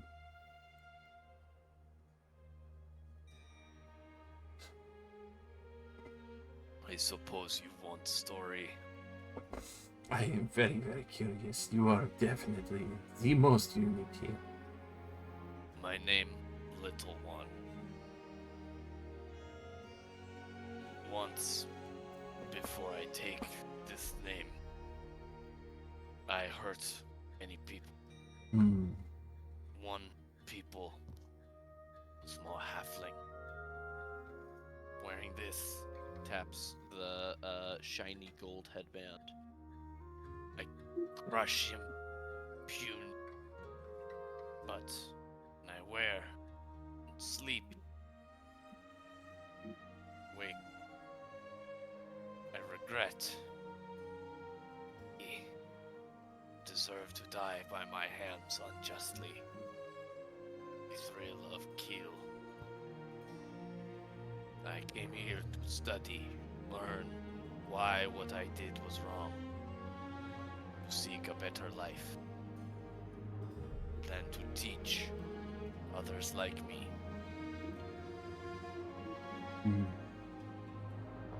This is a very noble cause. Do you want to recommend book? He will pull out another small notebook and hold it out towards you. People always recommend book after I tell them my tale. Oh, of course. Forgive me for being more partial too soon, but also especially for these ways of love and consideration and understanding those who are different is very high up.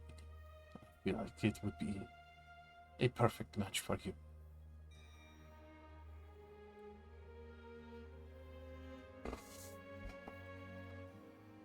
Shadow will start to mark down a couple of some religious but also other philosophical texts of Soon and the goddess of love, but also those being compassionate, not always just being more intimate, but more intellectual love.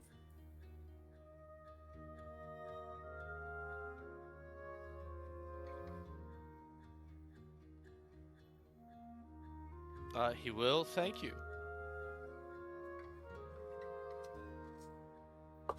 It's a bit more specific, but I feel especially for acceptance what you are trying to help others with, it would be very useful for you.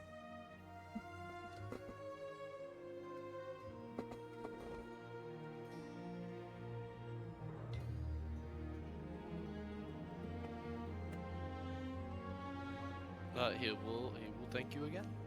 It seems clear that he is also very invested in this book. This is fine. I'll continue to peruse the rumor mill. Bid him a good day.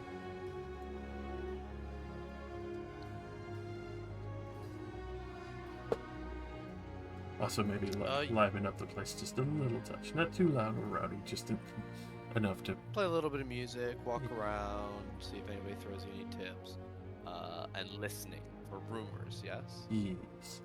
Why don't you give me a perception check?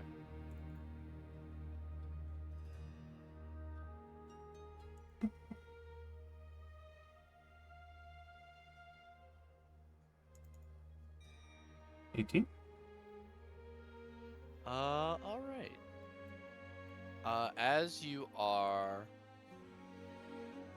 walking around, you hear a group of students whispering to each other, but one of them keeps raising their voice as they get excited talking to the other three. As you make your way around, you play just a little louder, not to rowdy the place up, but to just cover the fact that you're listening in, as one of them tells the tale, Ghost of the Dragon, the monster that haunts the cellars of Candlekeep, the labyrinth tunnels that worm through the rock below. It's said that late at night, when the moon is full, if you wander the streets, you can hear the chanting of the monks deep below the ground, ancient words and prophecies. And they say that every moon, the chant is shorter, as another prophecy has come true. When the chant is done, the dragon will overtake the citadel, destroying all the knowledge that it gained there, using it to take over the material plane.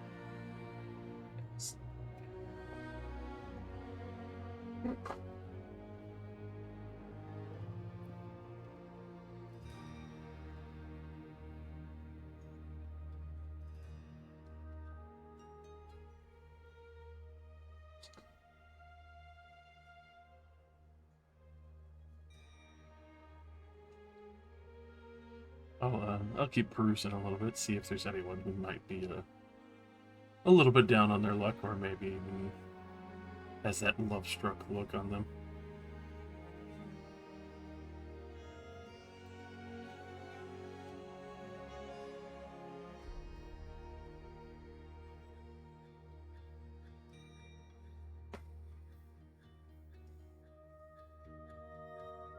Love struck? Yeah. Yeah. Birds and butterflies. Help them with. Sure. Insight.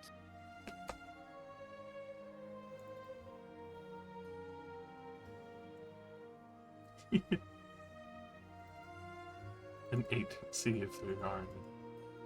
Possibly.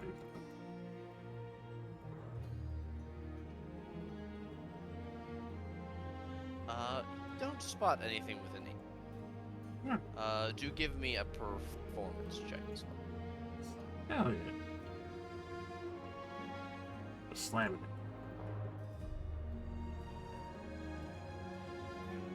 it. A 24. With a 24, you are going to make 4 gold.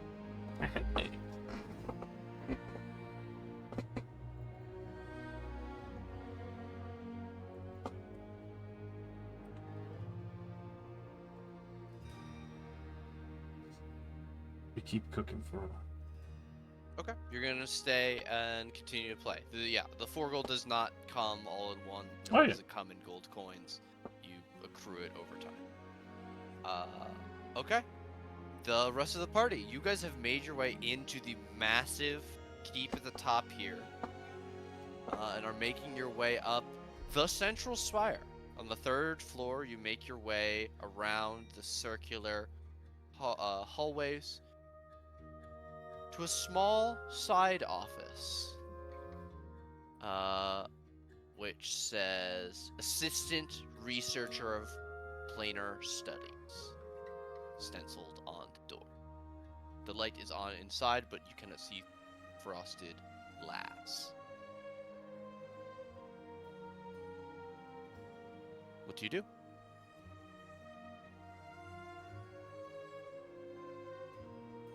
Knock, knock, knock.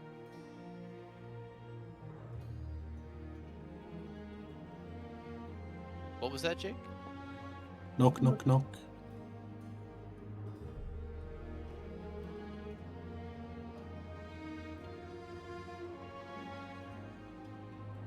I think a voice echoes out from inside of the office. I'm so embarrassed. um. Yeah.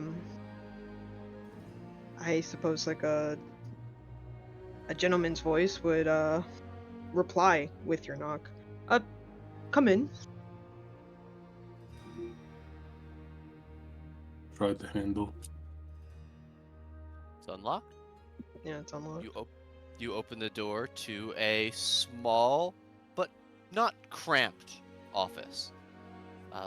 It is orderly, but there are stacks of tomes and papers on most available surfaces that, in many cases, reach shoulder height. As you peer through, you can see a small desk set against the back wall, with a single chair behind it and a pair in front of it. Seated behind that desk is a figure who stands at your entrance. Val, would you please describe Oh my your God. character? Yes. My character is probably surprised to see so much people, so he would stand up. As he stands up, you guys can see he's a bit taller. I don't know how tall. I don't know. He's a tall guy. He has long black hair with a couple of like white streaks, just like concentrated on the corner of like his bangs, and his hair's a little unkempt, but it's like tied up. Half of it is tied up, as you can see in the photo. He does wear big glasses, big round glasses, and In the photo? What photo? oh, it's I changed my icon in the there he is, and he wears like these nice, like I imagine robes. I've never played a sorcerer, which is what he is. Sorry, I gave that away. But he's wearing nice robes, and he has like pink, purplish blue eyes. Yeah, pink purplish eyes. Kind of like a gradient. He's wearing gloves, of course, and yeah, I think that's it. Other than yeah, that's it. So he's just like, oh, I wasn't expecting this many visitors today. What can I do for you?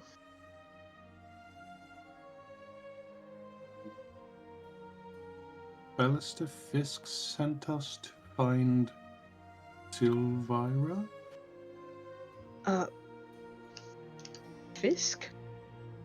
I Absolutely don't know. know who that is. Yeah, I do know. yeah. An agent that you'd work with you would have supplied him with information on communications. Much of the things that he knows about, or that he knew about Baldur's Gate and what's going on with Devils, you helped him research. Okay. And yeah, he's like, Fisk.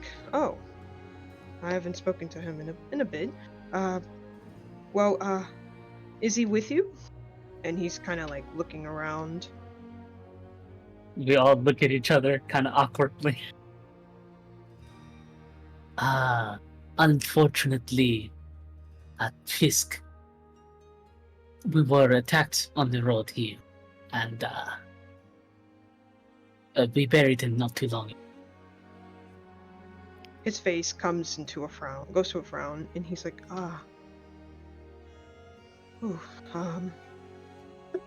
and he sits down. He's like, well, that's not very good news. I should tell Savira. And he kind of like nods to himself as he stands back up, and he's like, I'm sorry. This news kind of struck me. What is it that you need again? Sorry. He completed his mission. He found Thavius Creek, and I don't know, we have a puzzle box that he said your master could open. A puzzle box. Is he familiar with this? A puzzle box? Could you show would be me? familiar with the concept of them. Savira has opened quite a few during your time with her. You know that you don't know the exact details of why Fisk was dispatched.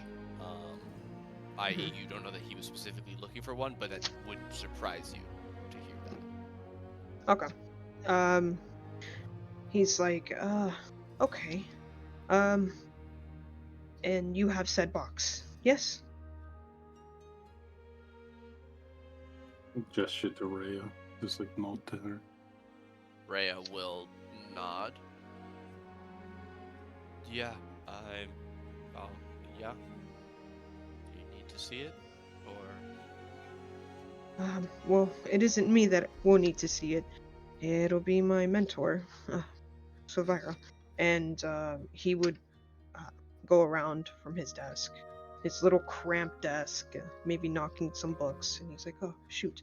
I'll clean that up in a minute. And yeah, we'll go around that. And as he's approaching you, he's like, oh, my name is Thane, Thane Newell. And he smiles and then quickly frowns. He's kind of like going through a lot of thoughts for a moment. He's like, and you are?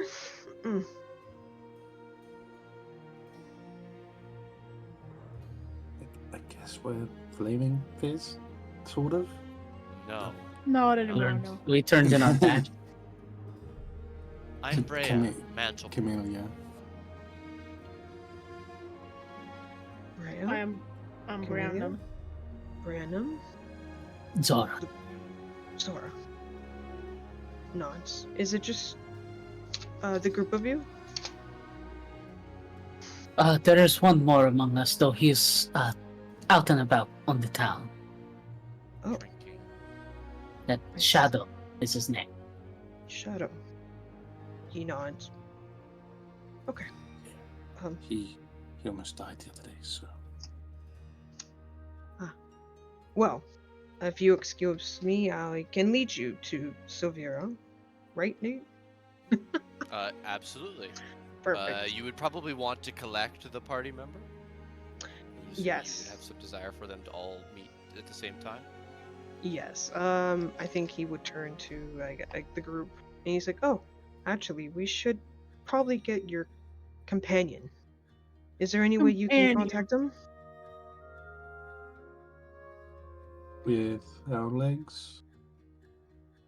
We were supposed to meet up front if they keep. I look at my non-existent watch. I look at my phoenix. You look over at the backpack and judge by the glow from underneath the leather flap and the calling of the phoenix. The hour of the day. And it is 15 minutes before Shadow's supposed to meet you guys. It took quite a long time to find this office. In about 15 or so minutes. Well then, I guess try to find a seat in my office. I will write this news about Fisk in the meantime. Or you can return within that time, and then we'll make our way to Silvira. If it helps, you can all stay here and I don't know, try and talk about something. And I'll wait outside and bring him in. Bring him in when he arrives.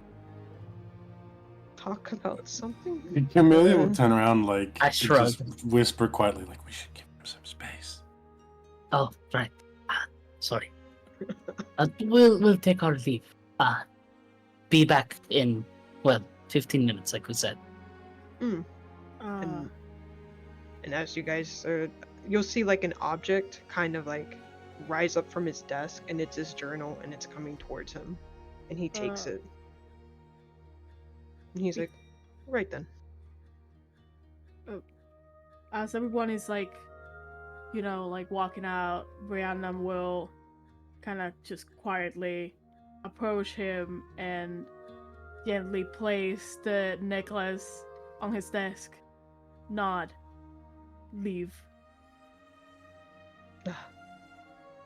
Confused.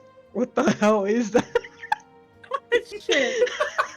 I He's thought just the like- whole- Okay, she will say that it was his. I thought it would be like obvious that it was like his necklace, but if it's not, then it's just No, this- yeah, this was it his. wouldn't necessarily be obvious to you. Okay. To think. And I think he would take the necklace or the amulet, whatever it is, and he would clench it in his hand, look at you, and nod. Thank you for bringing this back. Leave. He would flip through his pages and begin to find a spot on where to write this event. Let's start it. Well, we wait. Okay. Shadow, are you late? No. I'm actually on the spot singing a particular song. You're busking? I'm busking. That My right there. milkshake, please, for the That best would of be you. the song. I'm what? Oh my goodness. Does Buskin make him feel good?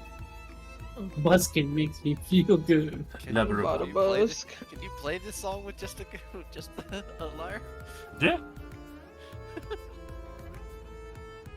Okay. Hell yeah. You can jam out with a lute and Spanish guitar style. Fuck yeah. Alright, the five of you come down to see Shadow already actually waiting for you guys. He's breaking it down. Busting it down bard style.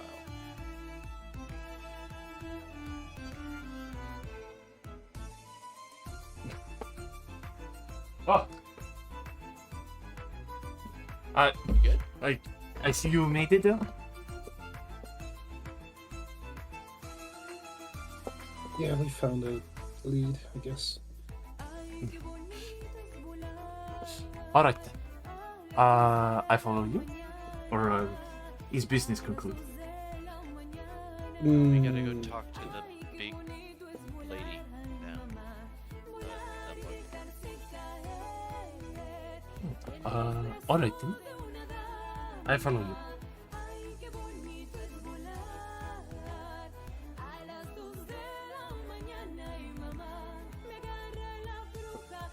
Alrighty. You guys make your way back in and meet back up with Thane, who's finished writing his account. He'd be waiting outside by his door for them. Excellent. Is everyone together? Everybody ready? Hello. Oh, Shadow. He points at you. Yes. Oh, you are? Thane, and he would give a small head bow at you. Pleasure to meet. And to you. And he's just kind of looking at just you. And he's like, I've never seen a tabaxi this close. I mean, this is fair. We travel very far. I play a lot of music as well.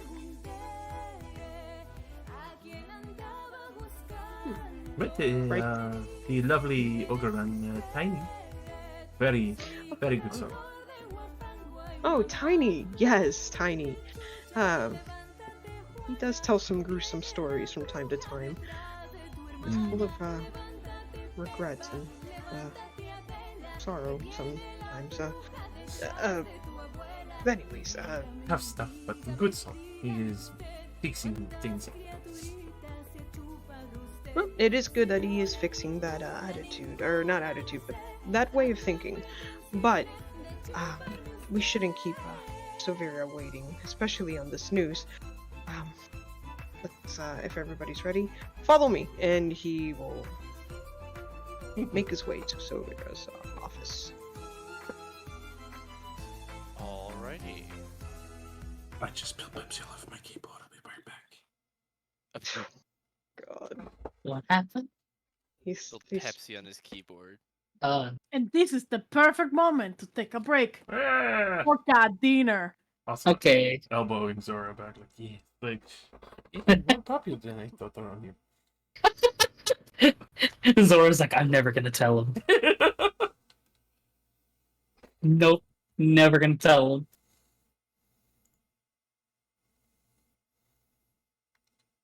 It would crush his little heart.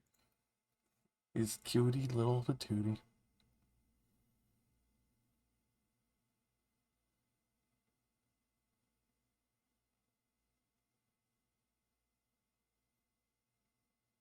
Oh my god, Thane. He got some glasses. the glasses that I Yes. I forced Jay to draw. After hounding him for so long. I was in such a big bully mood last night. I bullied the shit out of you too. I was My trying to God. talk to Val about my character, and she just kept laughing in the middle of me talking. He was talking. Oh, sorry. She was talking. I'm sorry. She was talking about Mara, and I was just like, what was they doing? You kept interrupting me, and you were making like jerking off noises. Oh my god. I was doing this. Oh. Oh no. In the middle of me talking. And then I would be like, shut the fuck up, Val. Shut the fuck up. And then she'd be like, okay. And then I would start talking again. And then a few seconds would go by. And then she'd do it again. Oh my fucking god.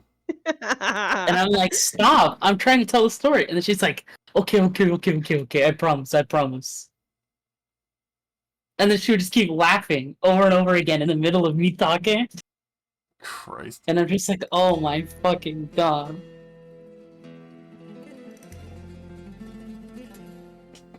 It's beautiful.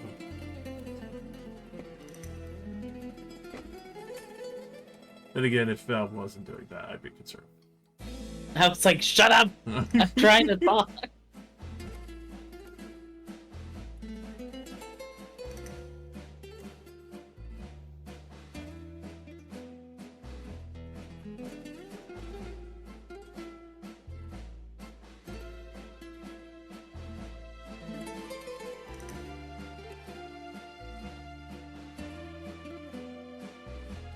Yo, Shadow, you hear Mozart dropped a new beat?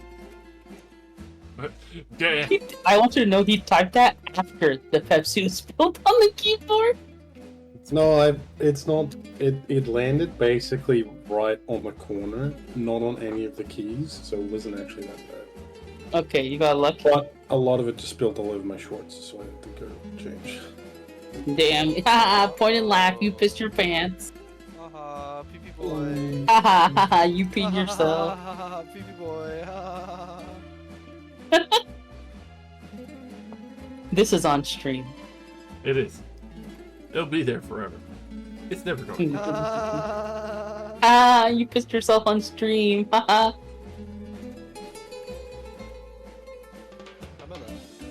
I hate it here.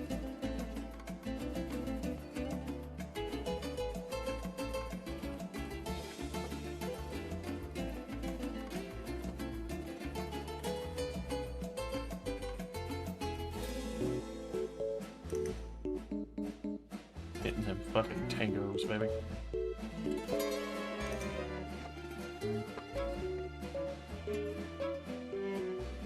I think the worst part about that is that Jake didn't even react to that, so I did that for nothing.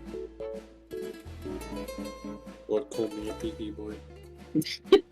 Yeah. I'm not gonna be like Val and be like, no, I'm not a BB. No! No! I'm not. I'm not, but apparently you're. Yeah, apparently you are. Got Yeah, him. piss boy. Pee-pee. You're stinky. You smell like piss. I have a 3-year-old nephew who calls me Mr. Poo, so I'm used to it. Wait, really? Yeah, because saying poo poo is funny when you're 3 years old, so. Poo-poo. That's kind of cute, though. Poo-poo. Val laughs at the saying of the word poo-poo. It's funny because you just imagine Jake. Poo-poo. This is ridiculous. I just imagine that dead ass stare. Poo-poo A boy. 1,000 yards there. He's like, He's just like, shut the fuck up.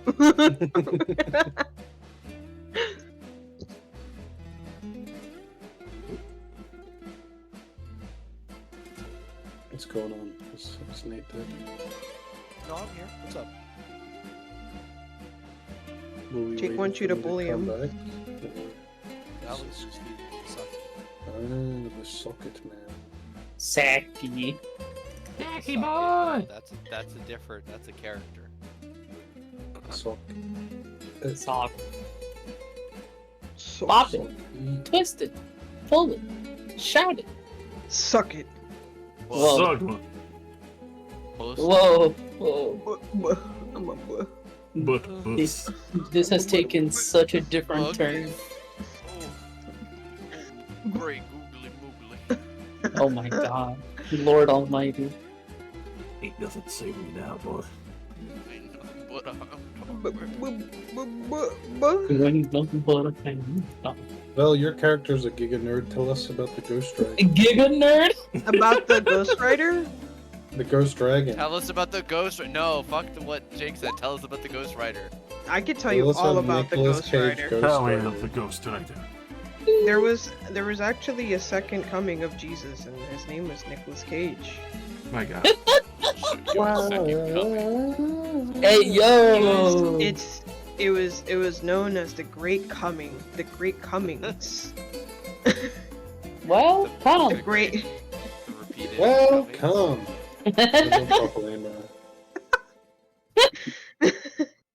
How good of you to have come. How come of you? Cyberpunk music? Yeah. Oh my fuck. If I want your body, I'll Your fuck. fuck. Your fuck. It's my fuck. Everybody fucks. Alrighty. Somebody, everybody, anybody fuck. You are led. Is everybody back? No. Yeah. Nah. Everybody. Jesus. Everybody. You are led up circling staircase after circling staircase until you are near what seems to be the top of the central tower chamber. The walls of this circular tower are punctuated by jagged, arched windows that are currently shuttered. Bookcases filled with eldritch volumes stand between the windows, while tables are crowded with specimen jars, alchemical equipment, and other clutter. Engraved onto the floor of the chamber is a large, 9-pointed star. A middle-aged tiefling dressed in wizardly robes stands behind the desk, caught in what appears to be a fugue of intense contemplation. Perched on the corner of a book, turning the pages, is a spindly little demon with warty green skin, buggy eyes, thin black horns, and a whip-like tail. As you all enter, her eyes will focus on Thane. Ah, I can't tell you how pleased I am to see you, the tiefling says. What have you brought me, my dear assistant?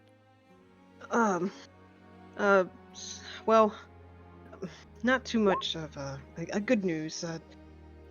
And then he would turn to look at you all, and he's like, these adventurers actually brought me some unfortunate news about Fisk. I'll let them tell you the details, but he would walk up and drop Fisk's necklace and stand here. They also they also said that they have some one of the cubes, the puzzle. I forgot what they're called, but that. We will pick up the necklace and make a sorrowful expression. Ah, Fisk. Do you know, was he successful in his goal? The High Overseer. With that situation, it's a bit of a problem. The person was there, supposedly, but we have found a box of interest that was stated by Fist to be able to be opened by you, possibly.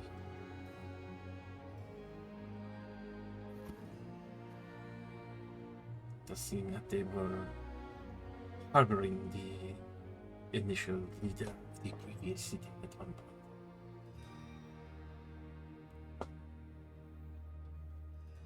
I see.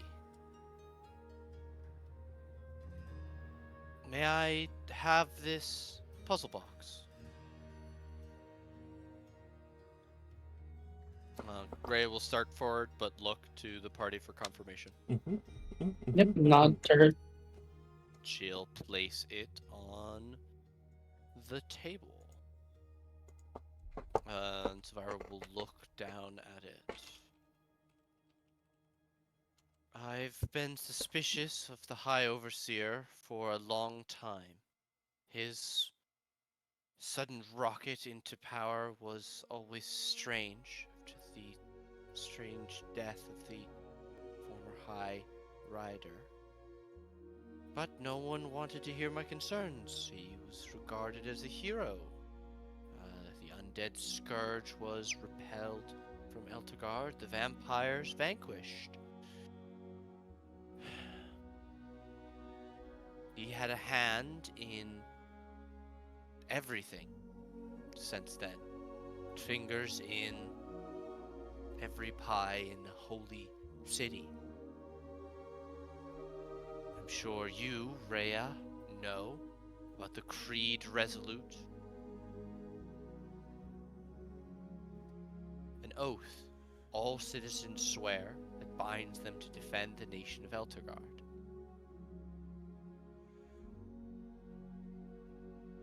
I met him years ago. My instincts told me he was a charlatan. I grew to suspect he had got to deal with one or more powerful devils, most likely for power. I wish to prove my theory. This should have his... well, this should have some kind of infernal deal in it.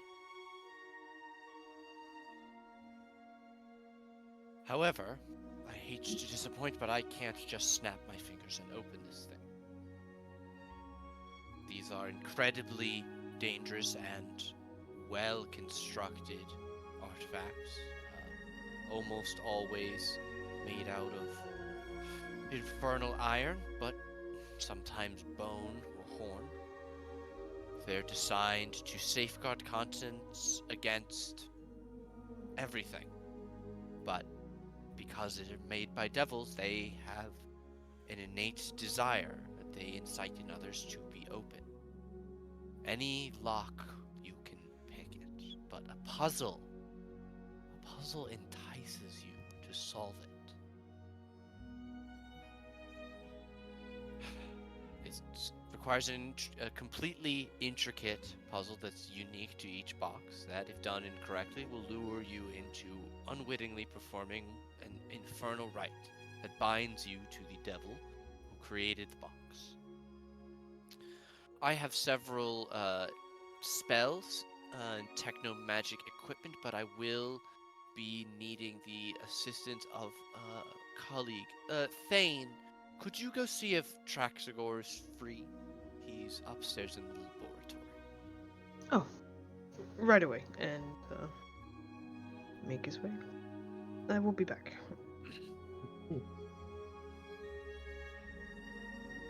The Stairs over doors here. up. Oh. So good. Over there, dear. She smiles at you all.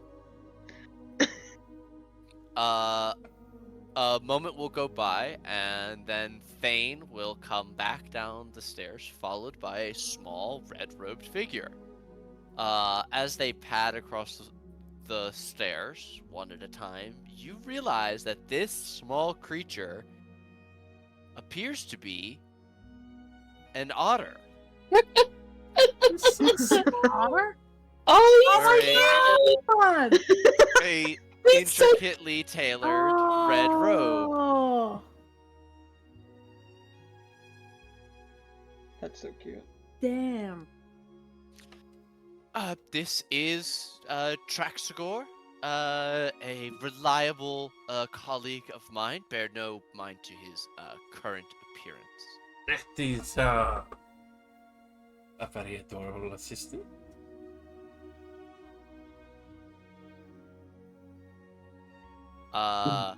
Adorable? dead. Adorable? I am an archmage of the Ninth Order. You You are, would not respect me any more were I an old man. But I gained the benefit of fine-fingered usage and quills that I have not had in years, young man. You put some respect upon my name. You have Jesus all my Christ. respect. You are very adorable. I will try to squish cheek and scritch. He absolutely viciously bats away Ah! your hand with his No. tiny otter paws and nips at you. That's so cute, though. It's so squishy. Zora is like holding in her excitement because she also finds it really cute. Apologies. How did you become an archmage, if you don't mind me asking? Hard work. Hard And work. studying. Mm, Not just any researcher can cut it. of course, of course. I can hear the smile behind the mask. He's Yeah. so cute. Anyway, let's not delay the puzzle box. Yeah. Oh. A puzzle box, you say? Mhm. Silvira, you spoiled me. He'll rub his hands eagerly together, and he reaches into what appears to be a very small bag of holding and pulls out a long, thin, like rod that, as he keeps pulling it comically, very quickly gets taller than him. As he pulls out a very large telescoping lens that he will place on the table. A mage hand will appear under him and lift him up as he looks down through the lens, and several of the shutters click in rapid succession through as he adjusts the focus.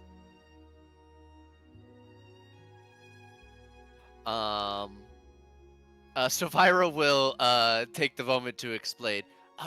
Traxagor was polymorphed several years ago, and found his new form to be just as useful.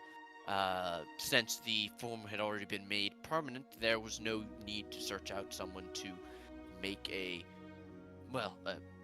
powerful enough magic to break it. Something like a wish would have taken years to find, when he would prefer to keep researching. A dedicated assistant. Question. Yes. On the road here, we did see curiously enough, a tiger. You wouldn't happen to know anything of that? A tiger? It seemed to regard us almost like anyone would. Perhaps you ran across a were-tiger? That is I hope none of you were bit. terrifying, but that they did not mess with it. I'm not familiar, but, well, there are always stories about forests, and Cloakwood is no different. Indeed, I've spent many months, well, existing in the woods.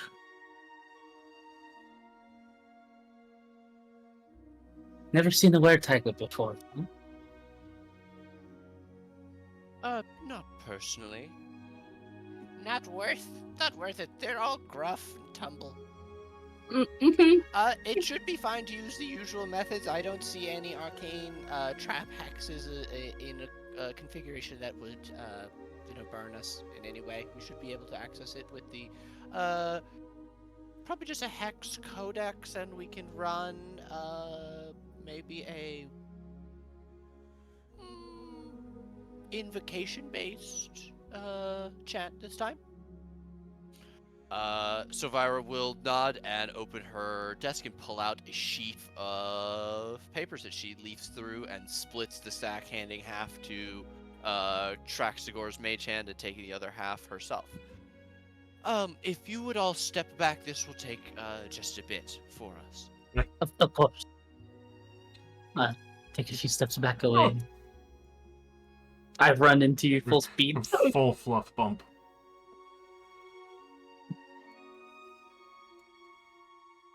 All right.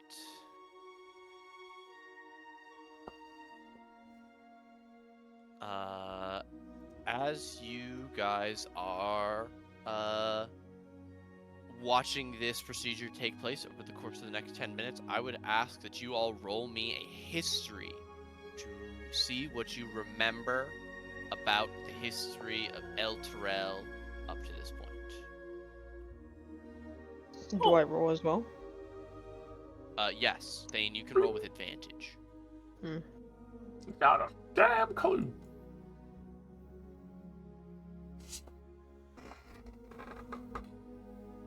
Okay. Shadow, you're struggling to remember the things that you learned over the course of this adventure. I'm distracted by Fluffy. Jesus. Zora, you remember the things that you have learned over the course of this adventure, but little else. Okay. Camellia, your knowledge of events matches up pretty much with what the last thing Sylvira said. This guy, Thavius Krieg, took power shortly after the city was saved in a sort of power vacuum after the current leader of the city, the person who had saved everyone, supposedly, from the undead threat,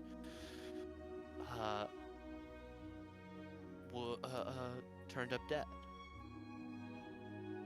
Beyond that, you are not super knowledgeable about anything other than the fact that El Terrell was an intensely religious nation, that they all as a people would give their word to this oath as part of living in that nation,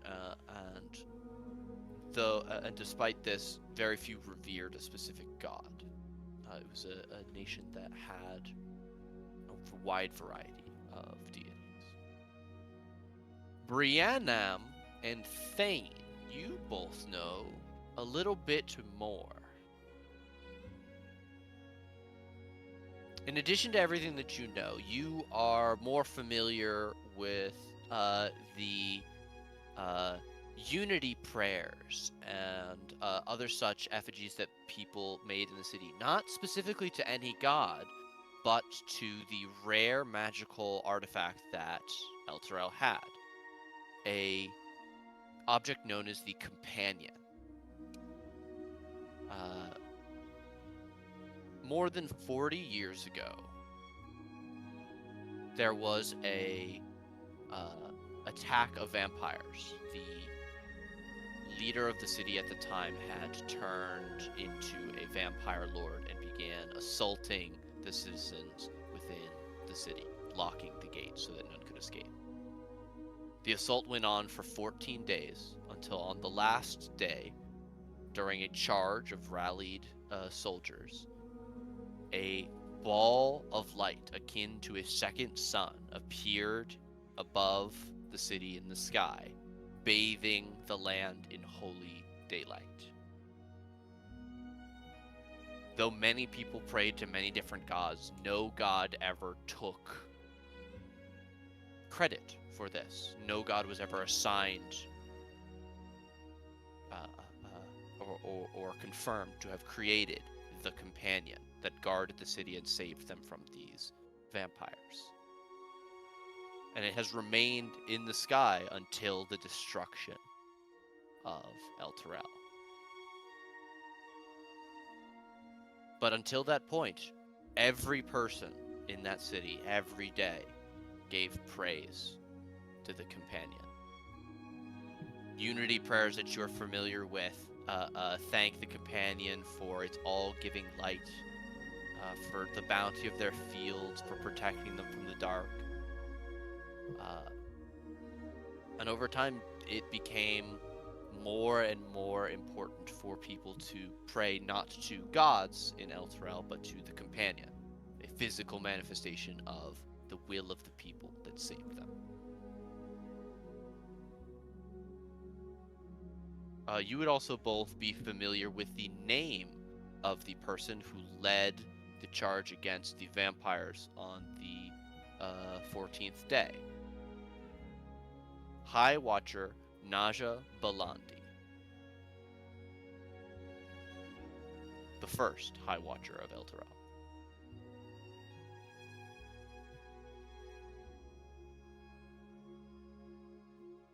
The first, you said? The first.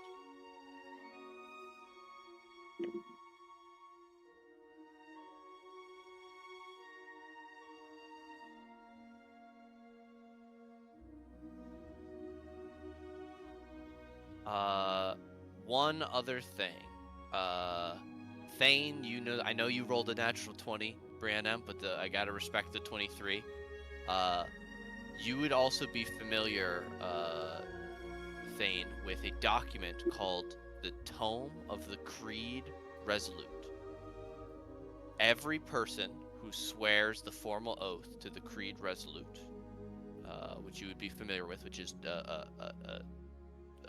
anyone who swears to serve as a knight of El Terrell, so what Rhea was working towards.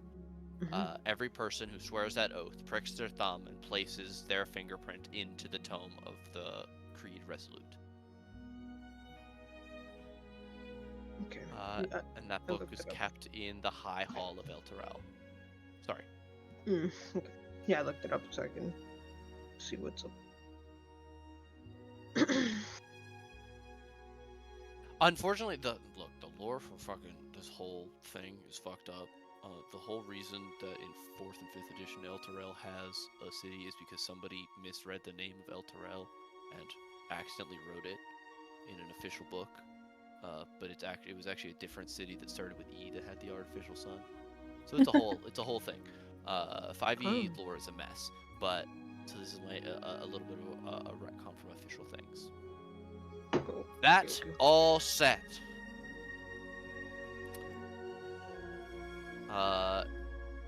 The lightning lancing between Silvira and Trexigor will grow in brightness and begin to arc out throughout the room, and you watch the runes on the floor and the carved 9-pointed star glow with a tremendous amount of force until the puzzle box cracks and opens. Handout. Go.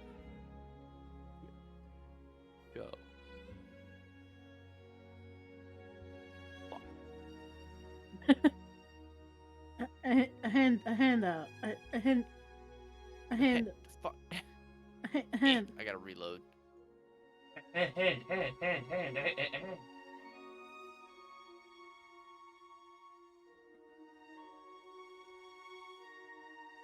Here we go. Baba Booey. A handout. A handout. The puzzle box will glow and the runes inscribed on it will glow brighter and brighter until they fly off of the box, and the walls slide in on themselves, revealing a hollow, empty portion in the middle. As it falls to the ground, as it falls to the desk, the box comes apart. And you see, sitting inside the infernal puzzle box, is a platinum tablet inscribed with infernal characters. One side of the tablet is jagged and rough, as if it had been ripped apart through some tremendous force.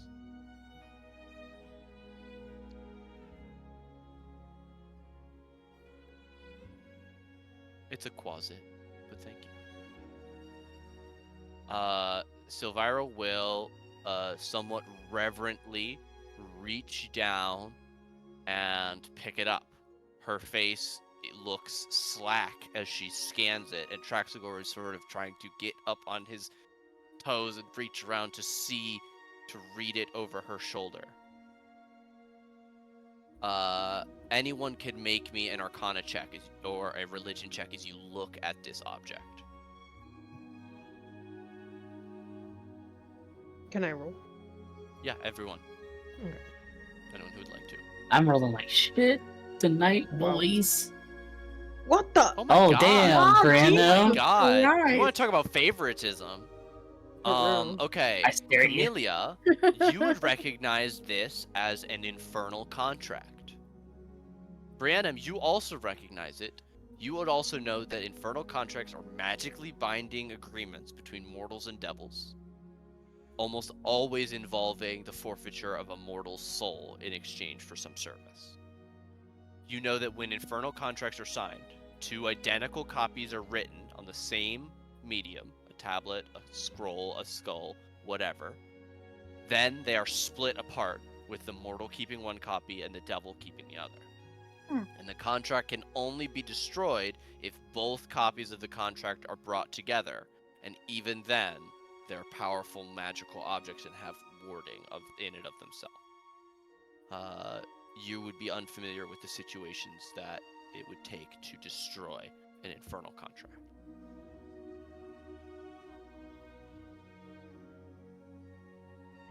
Well, fun.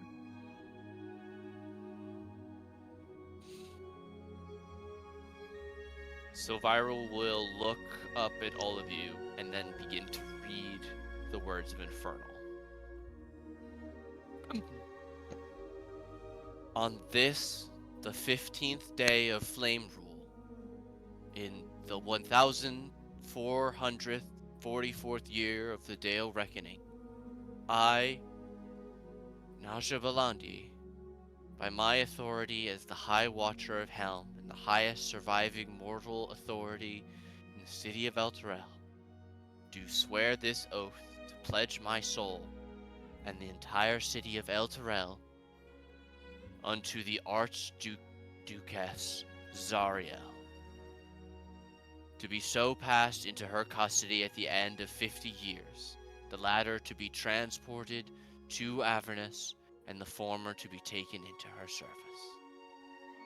In exchange for which, Zariel, the Archduchess of Avernus and faithful representative of Asmodeus, the Archfiend, Lord of the Ninth, and Nessus, Supreme Master of the Nine Hells, bestows the gift of the Companion, a solar incendiator, which shall be placed in the sky above Elturel for at least the term of this agreement, and whose light will scourge the undead from the city.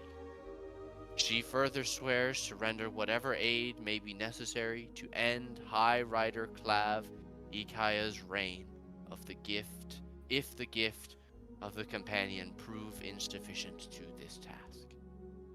In consideration and honor of these mutual covenants, we sign in blood upon the day and year first written above. Zariel, Archduchess of Avernus, High Watcher Naja Balandi of Elturel. No, Wow. no. I think That's... even in the first line, My head immediately snaps to look at Rhea. Rhea is ashen. As you guys are saying that, you hear a oh hey, what y'all guys doing? And there's a fluttering sound as a Oh my God. golden pygmy elephant with wings Oh God. flies down the stairs.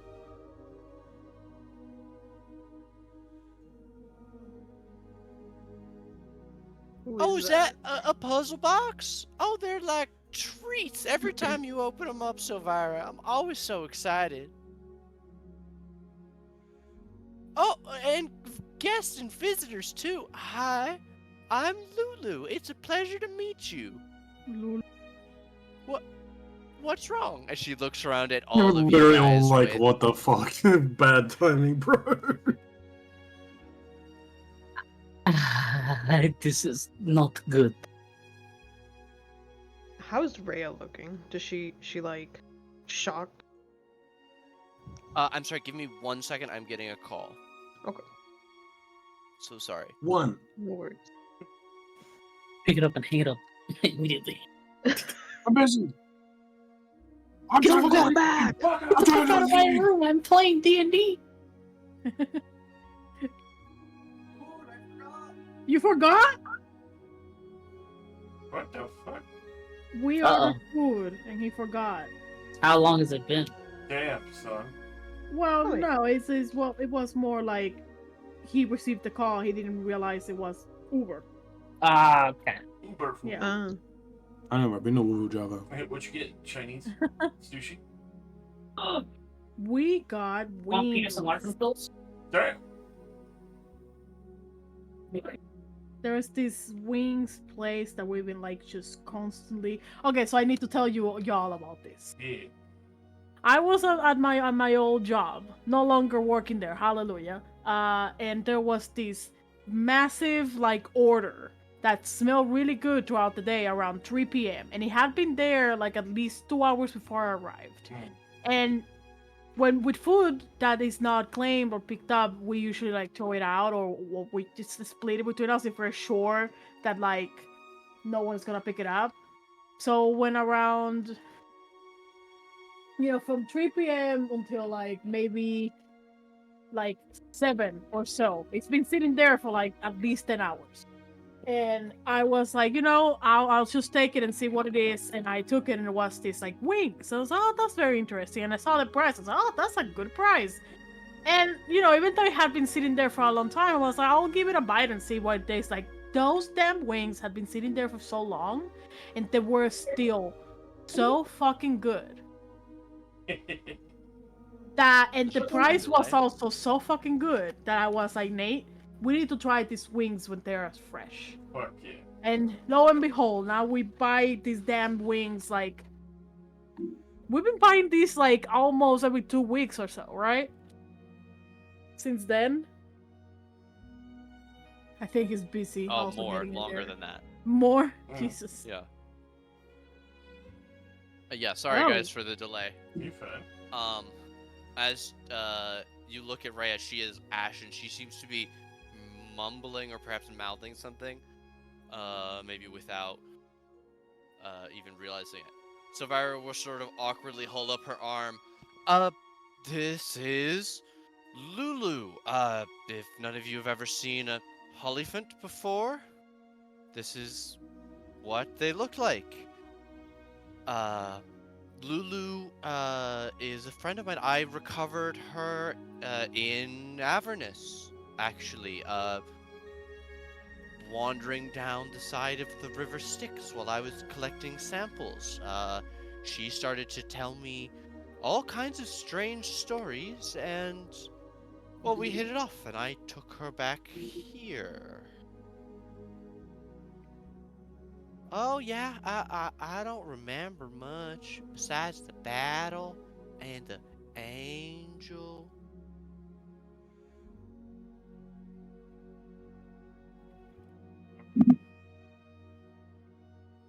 I'm sorry, did am I interrupting something?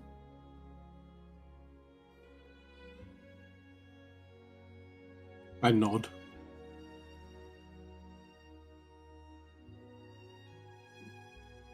Oh, I'm so sorry. Let me just, excuse myself right over here, and y'all can get back to what you're doing. So, the last High Overseer, High Watcher, made a deal with the devils to save El Toro, but only for 50 years. And within 4 years of that was assassinated, yeah. That's about the size and shape of it. Seems like Sariel entrusted the person who wrote the Creed Resolute.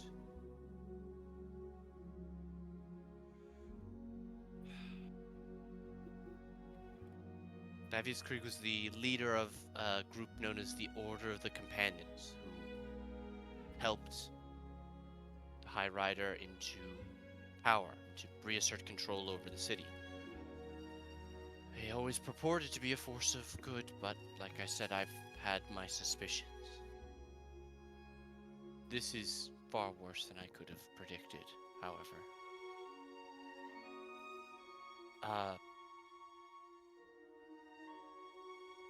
Rhea, could you refresh my memory? The Creed Resolute. How does it go? Rhea sort of snaps a look up, and then she says, I solemnly pledge my soul and blood and blade to serve as a knight of El Terrell and share the oath of the High Observer in honoring the gift of the Companion. I shall guard the realm of Eltergard and all those lands which lie under El Terrell's shield, upholding the laws of Eltergard and the commands of the High Observer. I shall live my life in strict accord to the Creed Resolute, placing it and this oath above all other doctrines. I shall be bound to all others who swear this oath, declaring them now and forevermore, whether in life or beyond the veil of death, be my brothers in arms. To ensure the perfect harmony of our brotherhood, I shall permit no difference in faith to come between us, but rather hold the companion, which I shall never attribute to one god or another, as our common star.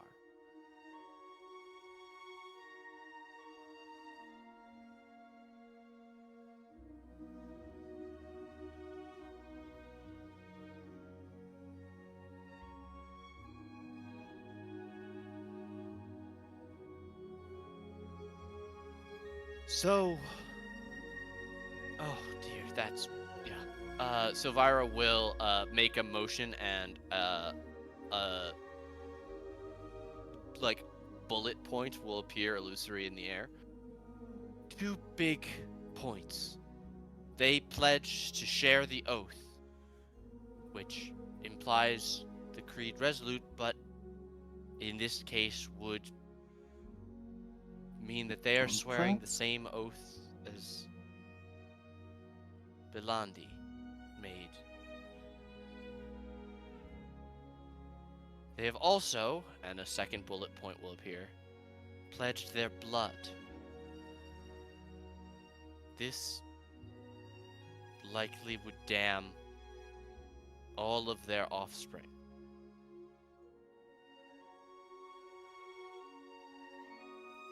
Which means that almost all of the people who I suppose are still on a city that's been physically dragged to hell, not just destroyed, are bound to the Archduchess of Hell, Layer 1.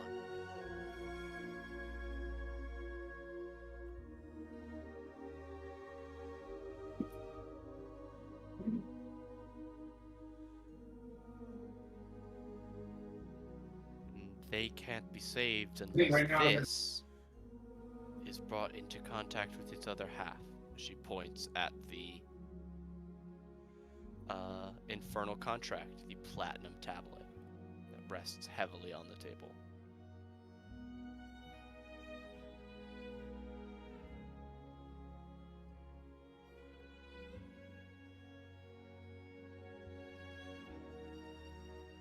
So, if I'm following this right, and I sort of scratch Liverchops, everyone in Altoril belongs to Zariel unless someone can get Zariel's copy? Oh! And there's a snapping sound like a finger snap. Zariel! That's the name of the angel! Tavara, I was trying to remember. And Tavara tries to go whirl around to look at Lulu. And then look back at you all, and then... I'm so sorry. You were what? Oh yeah, she was riding on my back. We were tearing through the gate into the devils. Zari was singing with all the knights. And then we got betrayed. We got lost. A charge faltered. What happened with the...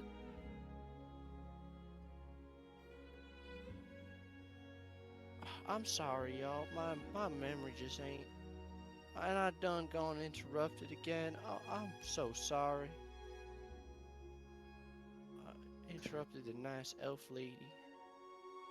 Can I roll for like something for Zariel? Absolutely. Because they said it's like an angel or something. Mm-hmm. Would that be religion or Yes. history? Okay. Oh my god. He peeked. You would know that the current Archduchess of Hell is named Zariel. It's also wouldn't be uncommon for there to be another creature of the same name, like an opposite. Right. You don't really know.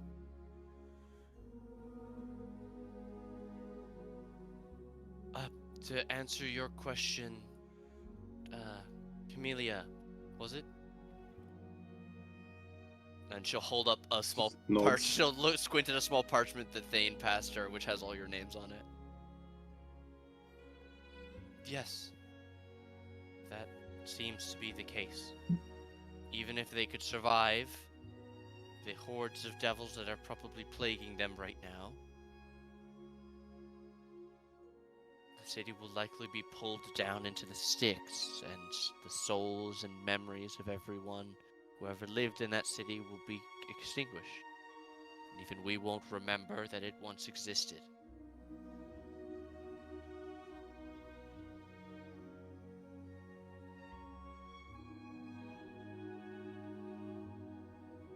We won't remember? She will, throw up a hand, and you see a construct that looks like, a bunch of chains that lead up, attached to massive gears that lead down into a flowing river that's filled with what look like wrecked buildings and torn up countryside in massive chunks. They're all flowed over by this gray, almost black water. It's called the Dock of Fallen Cities. An ancient facility that will pull El Terrell between those pillars and drown it. Many other cities, many forgotten plains.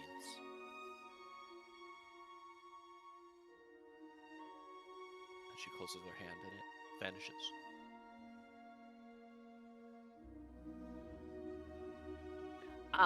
I hate to interrupt you, Savira, but you're dead wrong. The Dock of Fallen Cities doesn't erase the memory. It just hasn't been able to be used in so long that no one living still remembers the names of any of the cities. No, Traxagor, there are many such accounts of novelizations being wiped and information being removed. Just look at the Third Archduke's treatise on gold and its transmutation. It references a city that no longer can be comprehended. It can no longer be comprehended because, and they start to get into a nerd off. scholarly debate of some description. Before the Quasit will pull out what it seems to be a stick with a small label on it and pokes Silvira hard in the side. She goes, "Ah, thank you. Sorry, where were we? Ah, dual revelations." She glances over her shoulder at Lulu and then back at you. Thank you very much for your help with this. I need to begin putting together a group of adventurers to head down into the Hells. Traxagor, do you think you'd be able to lane shift? I know that you're skilled enough and still have a... yes, the tuning fork. Somewhere around my lab, if I can go and find it.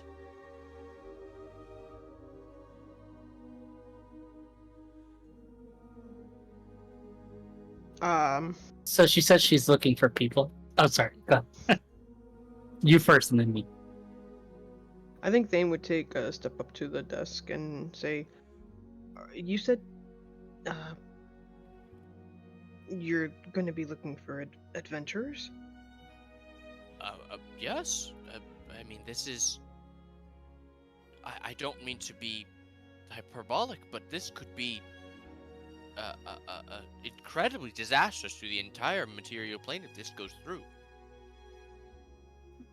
We're not even sure exactly what allowed an entire physical city to be pulled down besides just the souls. I mean, I could hypothesize that it has something to do with the length of time. Perhaps the solar insidiator needed time to bake the rays of this whole... It's hard to say. Yes, my dear assistant. Yes, we need to start putting up flyers. I'll have something for you to begin copying as soon as I can, I'm sure. I can assist. I know this is big news, but I can write something on your behalf, of course. So you don't have to worry about that. But I know that you need an assistant, but I'm interested in joining the team that you were able to organize.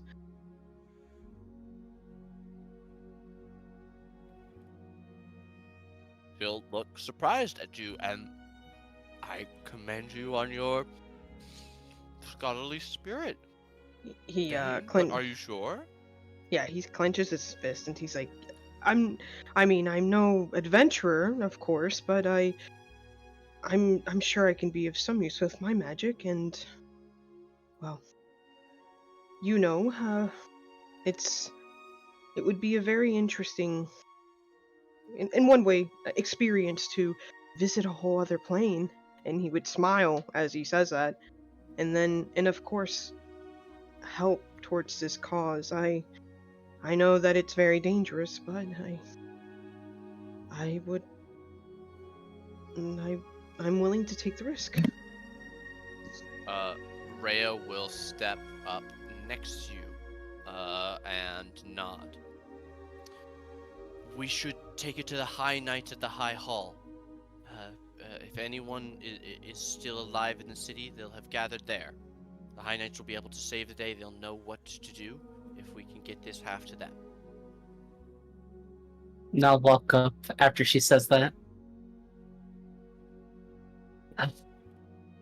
If it's braving the hells or shaking the plains to save a city of that many souls, well, they're all a part of the natural order, and I won't have devils disturbing it.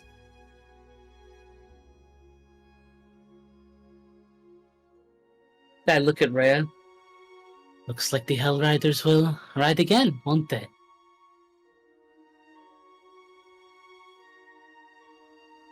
The reason they did the first time.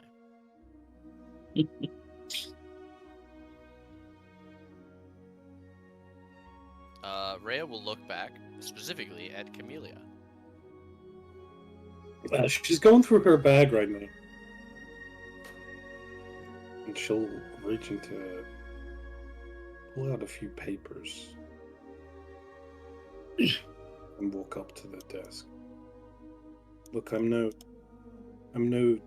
Caddy Bree or Tristo Erden, but I need to go to hell. And she'll put the drawing of the infernal symbols that were on Thurswell's chest on the desk in front of her. I need to find this devil. Oh, sure, that, yeah, an infernal contract, pretty standard warlock stuff, looking at here. Oh wow. Oh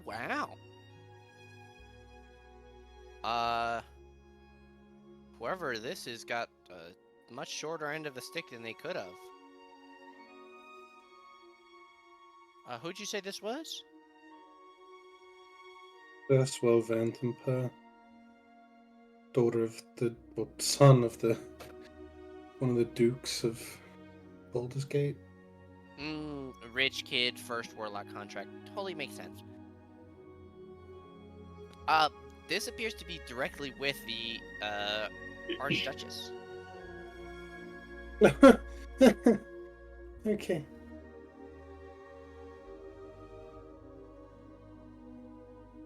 Yeah, cool. Yeah, sure. Very relieved that my father has been sent to Zariel.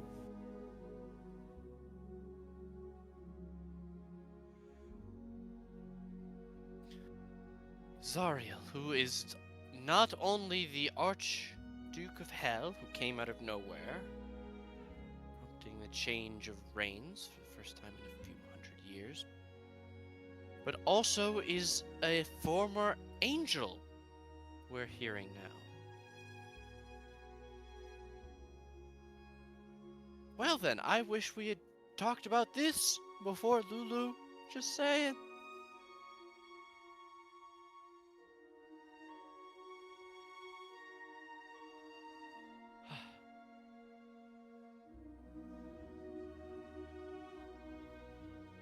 I will ask. Oh, sorry.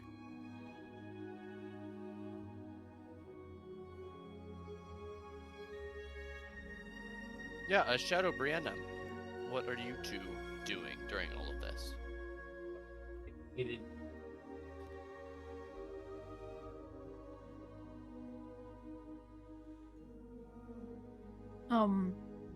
Random can seem kind of deep in thought, staring at her greatsword. Just kind of like pondering on if she wants to take on the quest or not.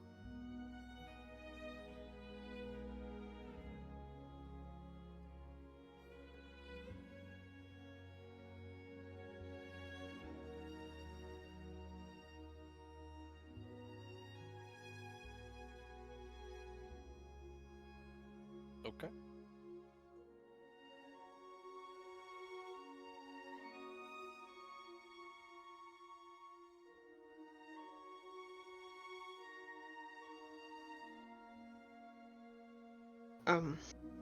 Well, so Vera, when would we be departing for, so I could put into flyers, when would we depart for El Torel? It seems you're in the midst of finding yourself a group right now. Thane, meet your new compatriots. Or I suppose you met them earlier. She kind of gestures at you with gestures at them with a little bit of a smile. May have to convince the stragglers at the back of the room. Be free to offer them a portion of the research fund if it piques their interest. Mm. Right. And then I will speak with them individually. Of course. Traxagor, you'll find the. Yes, the tuning fork. I'll go get searching right now. Lulu, more hands make less work. Additionally, if any of you would like to come. If anyone wants to help Traxagor search for his tuning fork, you're welcome to do so. Yeah, I'll help him if he wants help. I'm not that great at searching, but I'll help. See his workspace. He's so adorable. Thane would walk up to Brianna and say, and just, without even interrupting her, he would just stand in front of her and just wait for her to give him a sign that, just he doesn't want to interrupt her while she's gazing at her sword. She will look up to him without quite like straight face. Do you need something? Yes, I'm sorry. I hope I didn't interrupt you. I did see that you were lost in thought, but I see that Camille, Zora, and Rhea have decided to, and myself have decided to travel to Elturel, for this, event that has happened. Would you be interested in joining us? I can interest you in payment.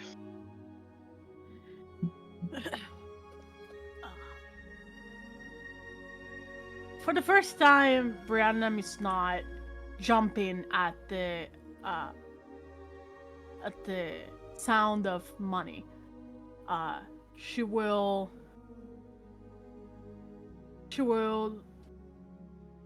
look at him and sincerely ask him to give her just a few moments to think about it. He would nod. Of course. Take your time. And if you need any details, just come find me. And then Thank you. Walks away and walks to Shadow.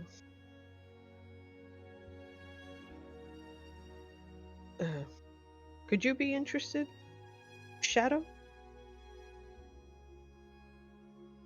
Or would you, rather?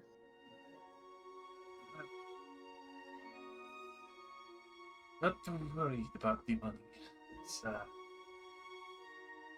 well, I guess it would sweeten the pot, but I would be lying if I would say I was not interested in any gold, but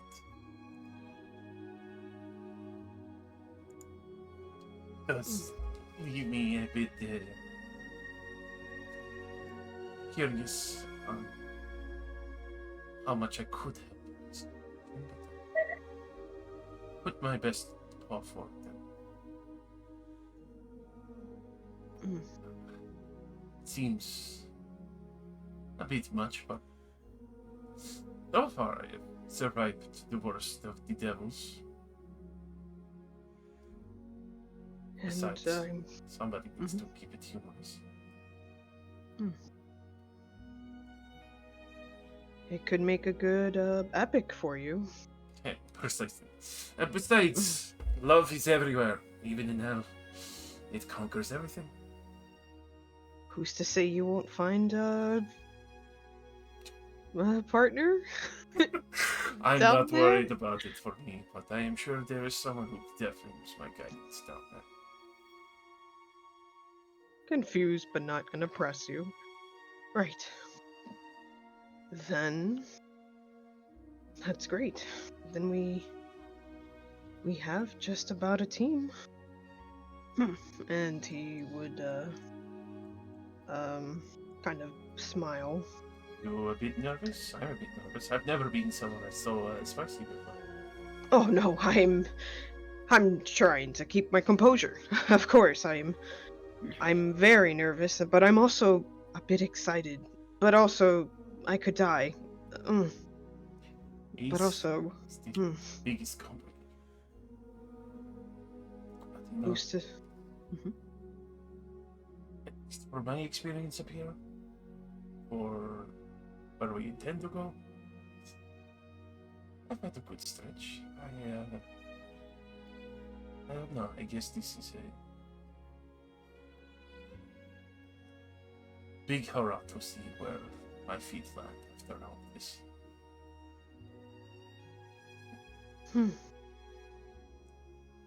Me too. Hopefully, we do come back and we save. We manage to save some lives, where we manage to to solve this mystery or solve what the hell's happening. I pray we all come back from this, but Definitely. better not to jinx Right. it. I should probably start preparing my things. It's been a while since I've left the keep. Spicy world. But of course, I'm sure stretching your legs would be a lot nicer than just sitting behind the desk all day. Much. I'm actually used to. Well, before I came to the keep, I was exploring some ruins uh, in search of magical artifacts. Not too much luck there, but still, it was nice. Nice to get out and all.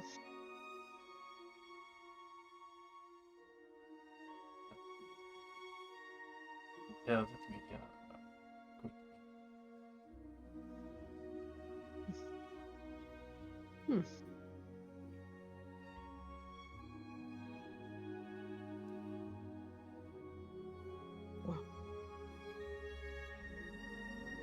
Well, I will be in my office, preparing my things before we go.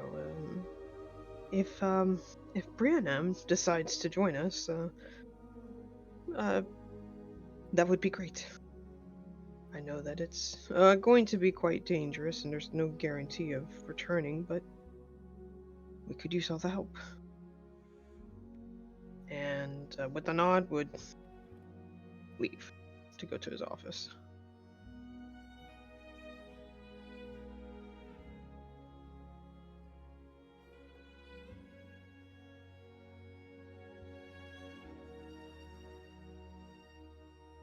That I would actually go over to Brienne.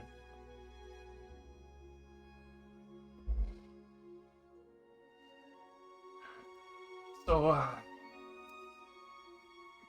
where is the Queen of Muscle going? What the?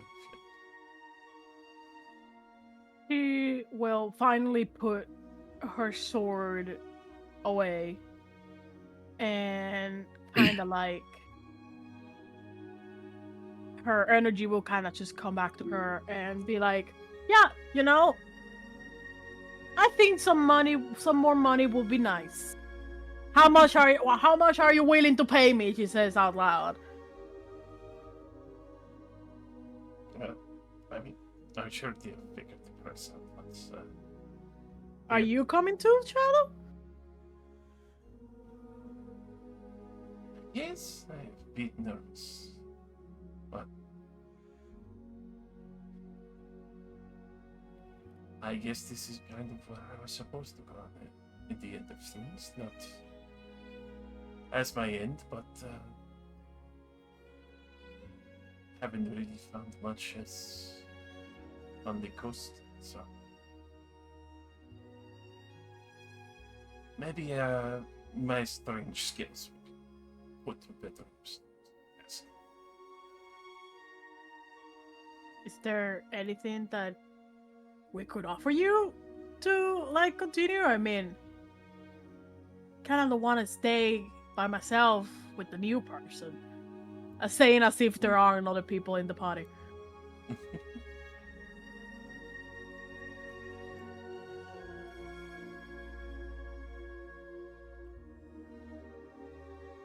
Yes, I'm just curious to see where this goes. I probably would have died 5 times over if I was not with any of you. Look, you can keep that creepy doll if you want, and that at No. least will give you some leverage. Well, let's get you more creepy dolls. No, no, no, no. That stays with you. That is you. Well, no, you're carrying it already. That's why I gave it to you. Right now, please. What is it? How? Oh God! It's like seating somewhere in the room, so like at some point it's been moving by itself. Oh Lord! Oh Lord!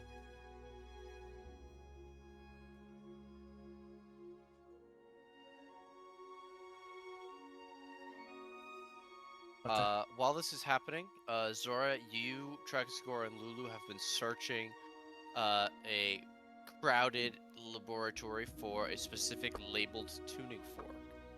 And over the course of 15 to 20 minutes, you do find it. However, you also find a strange trinket that when you show it to Traxgore, he says you can keep if you would like. Please roll me a D1000. D1000.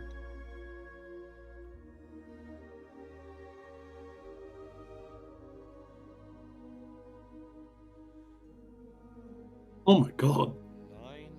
980. 984. You're That's trying a to make high it roll. work. I gotta scroll all the way fucking down here. Good job. It's a spinning top with 4 sides, each carved with a face. One happy, one sad, one wrathful, one dead. What does it do? Well, I'm sure I don't remember. Too long of a life. Is there? Could you maybe identify it or something? He'll come over, press his hand against it, recite the words of identify. It's a wooden top. You spin it. That's it? It's not magical.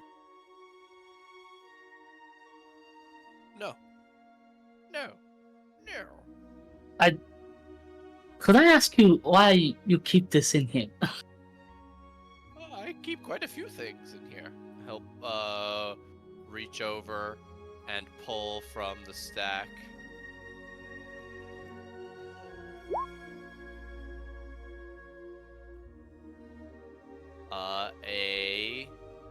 A shard of glass. Ooh, this baby is said to have come from the abyss. And he kind of just tosses it back onto the stack. It breaks.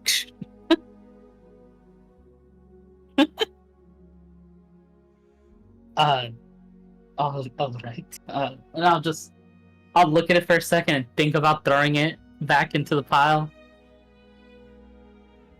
And I'll just put it away. I'm like, whatever, I'll keep it. That's a cool top. Do you want to give it a spin, Lulu? Sure. Yeah, I'll clear off some of the counter space. All right. No. I get to spin the top with Lulu. In the top. I'll put the top up and I go ahead, spin it. Lulu will give a grasp it with her trunk, and it will spin. As she spins it, there is a faint trumpeting sound from her trunk. Oh, I want to pet the elephant. It spins, it spins, it spins, it spins, and it lands on the angry face. Oh, Oh dear. oh no. I make her voice. No, I'm kidding. That's I go, oh. not like me at all. Oh, well, I suppose it's just a toy. Doesn't mean anything, does it?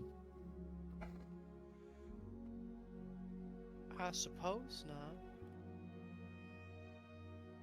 Well, why not give it one more spin? Maybe it's something good.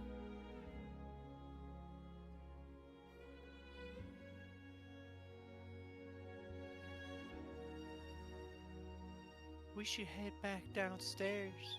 I want to apologize again. I didn't mean to interrupt. I'm just used to breaking into tense situations. Right. Did we find the floor?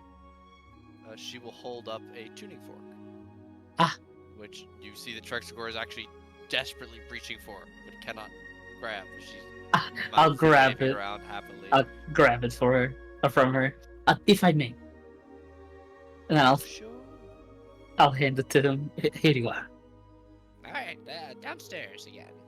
All right. Once you and your friends are ready, I'll have the spell prepared. We'll Certainly. simply need to leave the warded area of Candlekeep. No teleportation of any kind on the grounds. And walk back over. I look at Lulu and I wave. She waves back. Oh, she's so cute. Anyway. So, is this where you tell us that this is inspired by Trunks from Adventure Time? I don't know what you're talking about. It took me a second, but I fell in there. I'm gonna make some apple pie. You said Trunks, and I was like, from Dragon Ball? Yeah, I thought Dragon Ball Z too. I No. need fan art of Lulu with purple hair right now. Right now. Oh God, no. And the boots. And the boots. And the jacket. Yes. Oh Lord. The only thing I know about Trunks is he has a sword for some reason. We don't talk about that. In a world of men who punch, he has a sword. He cut up exactly one person with that sword. Actually, technically two, but whatever. Yo, before I go die in hell, is there any way I can spend all my money? Oh, right. I was going to ask about magical weapons, considering mine is quite normal.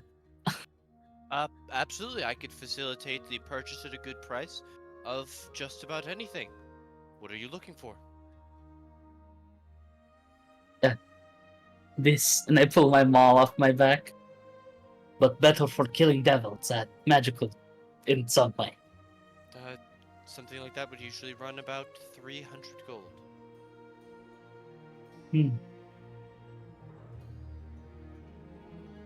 Damn it, I don't have that much money. Well, actually, I think I do. Gilded acorns worth 200 gold pieces laying around? It's a place of magical study. Do you have 200 gold to buy a gilded acorn? Yep, I have almost 500 gold. Sure, shield. But that's a magical reagent, right?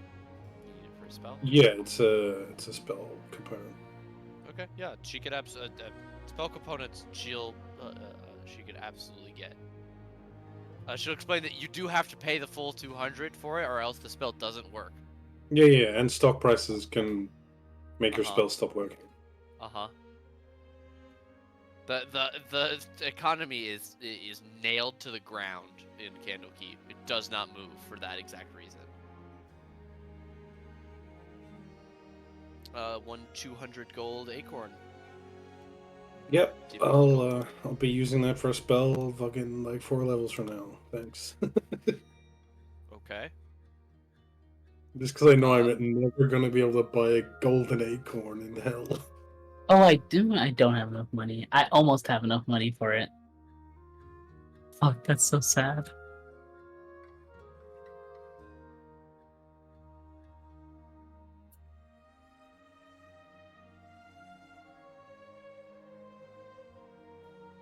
Is anyone else looking to spend money?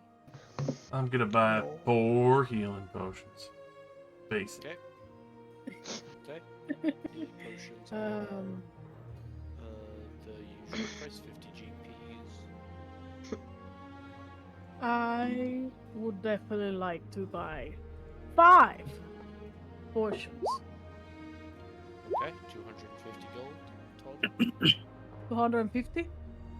Yes. How much will be? How much? What is the conversion of platinum? I want to start. Platinum is 10 gold. 10 gold. Okay. Can I afford anything with 46 gold?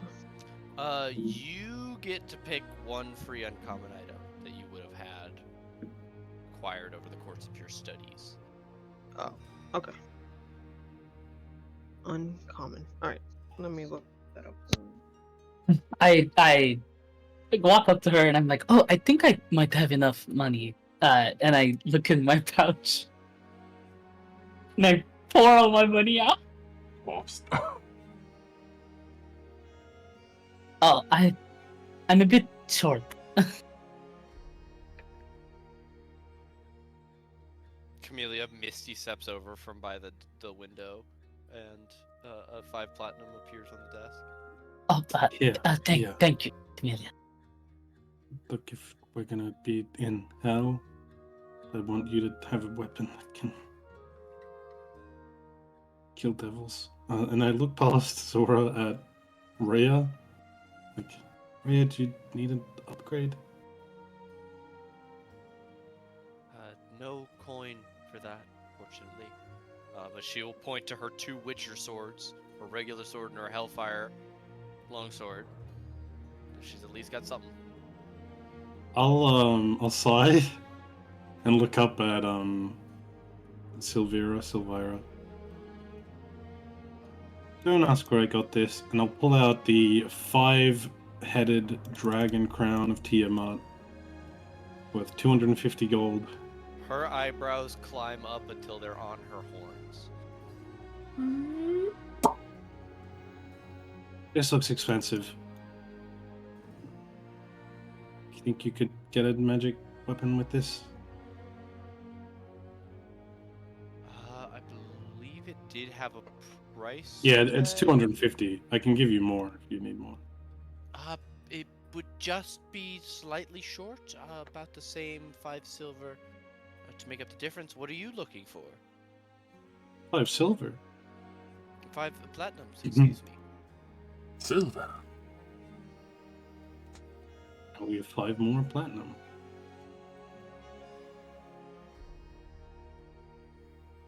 I now have 17 platinum remaining. What And I'll just kind look of- at... I'll look at Rhea. Like... What You want to get Rhea +1 longsword?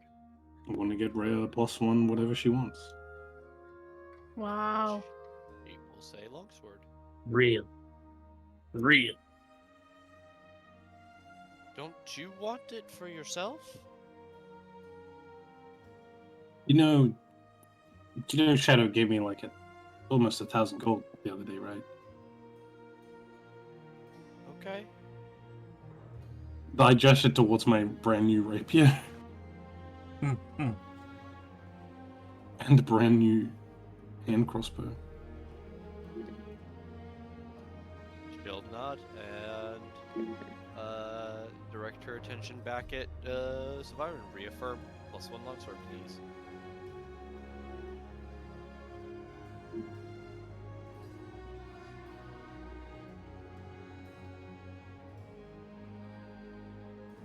She'll unbuckle the Hellfire longsword and leave it in that case. She does not want it. Stinky. Yeah, me neither. I threw my shit away the first chance I could get.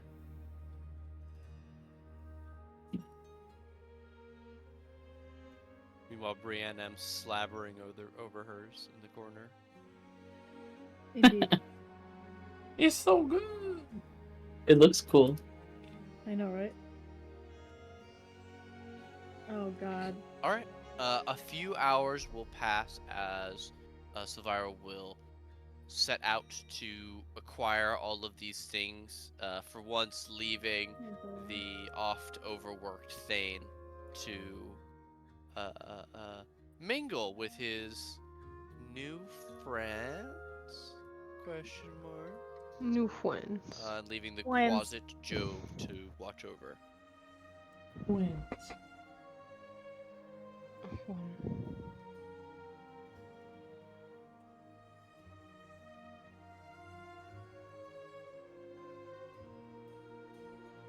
No pressure. No pressure.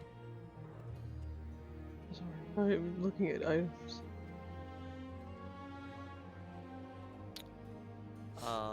I will say, as you guys are making final preparations, and picking items and doing things, you are all about to hit level 5. So I'm going to make the executive decision that that's going to happen right now, and we're going to take the rest of the session time to do level ups and things if people want to, but we're not going to progress the story any further than you guys receiving the magical items that you just paid for. Okay. But everyone please level up to level 5 in preparation for your excursion into Avernus. Man, I can't believe you didn't say that. I couldn't. Crazy. If I said the word descent, you would have all became monkeys jabbering in the chat. All right, who wants to go first? But What? What? The oh rolls. my Oh. god! Oh my god. Alex. Yeah? Alex. Yeah? Come downstairs. Do I get a reroll? Once per session? No. No. No, Josh. God Hmm. damn, he's gonna die. What's some good? The nat one, you can take the average for the first 5 levels. Oh, true. You should take the If average. you roll Yeah. shit. Thank God. Oh,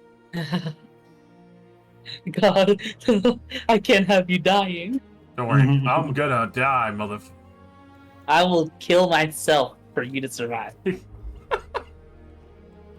Zora's standing on business now. We're going to hell. Then again, she always has stood on business.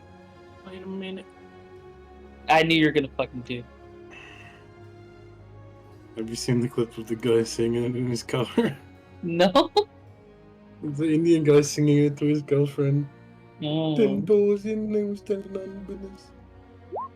And she's just like, bro. God damn, Hey. I'm beefy. Holy shit, I'm so beefy. Beefcake. Beef Queen! Also, see, I don't know. I bought that acorn because I want to take Summon Beast. But also, I feel like I really need to take Healing Spirit. Or we're gonna all die. Probably. And because I'm a ranger, it takes 20 years for me to get more spells, so... Take You it. know. Take Healing Spirit. Am I allowed to swap out an old spell, or is that just like a full caster thing? I don't know. It would tell you in It should tell you. your spellcasting in the future. Because if I can get rid of Zephyr Strike, because that's sort of useless. I always thought that was good. It is, Am but I it kind tripping? of turns 50-50 sometimes. Hmm.